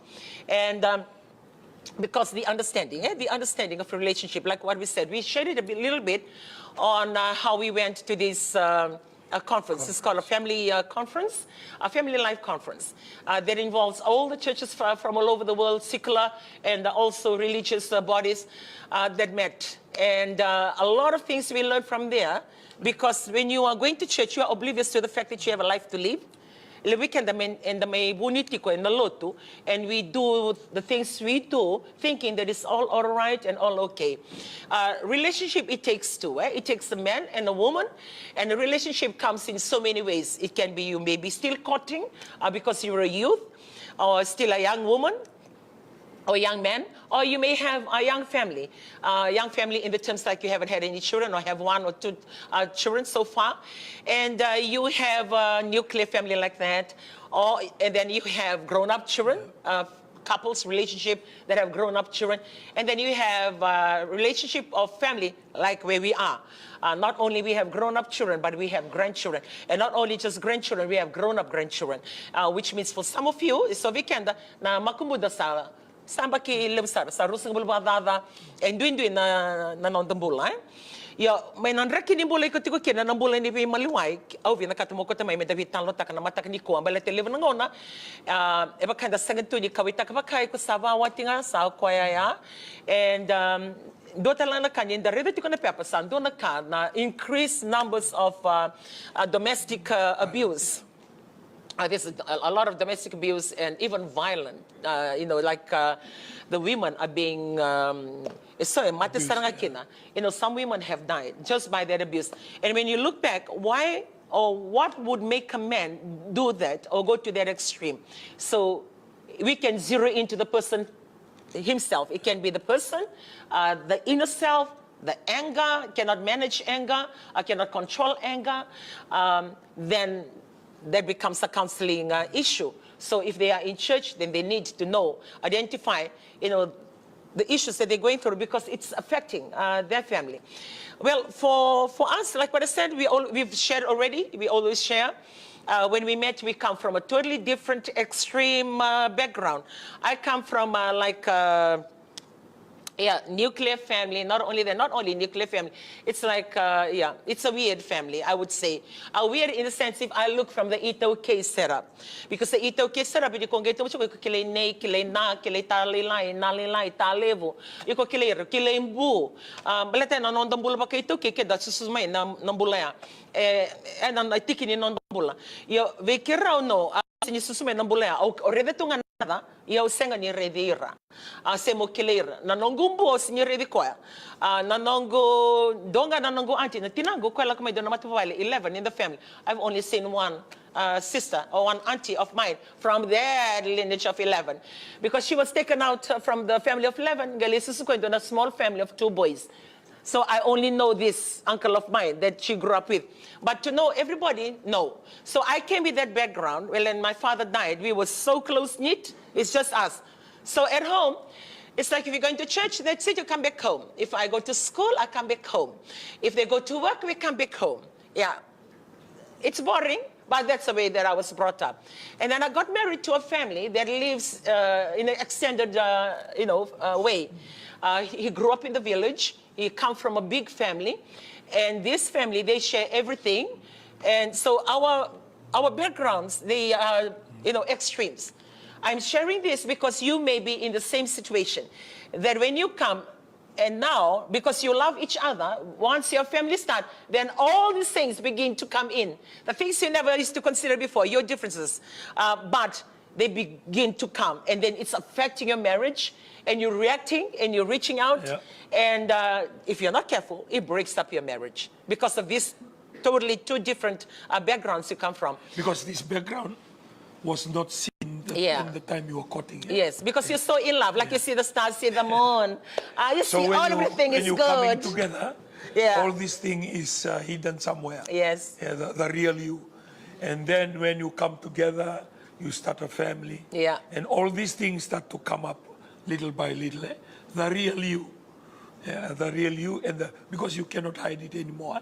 Because men, they hide well. I see they're laughing. We have our management, they're here on the workshop, so they are all here. Listen to this. And for men, we can nangonela, we can nangonela, and you can coaching to Kako, and you correct matano, ready to Nakalo, rather kisuna, ready to kisuna, Tarangi Koya, no matuvale, Sota Mandake no matuvale, Dolava Matamu, Raya Matamu, because I read the Babinaka, Kosangaika, Io, Onangeva, what take you. Kesanga, Wawa, Lewa, Wawa. Yanamuna. People are saved, people are restored, people are blessed. Jesus said, I am the way, I am the truth, I am the life. Are you lonely? Looking for the answer? Join us daily at 6 p.m. only on my TV. That the pastor should rise to a level to become a strong man and a servant of God. Amen.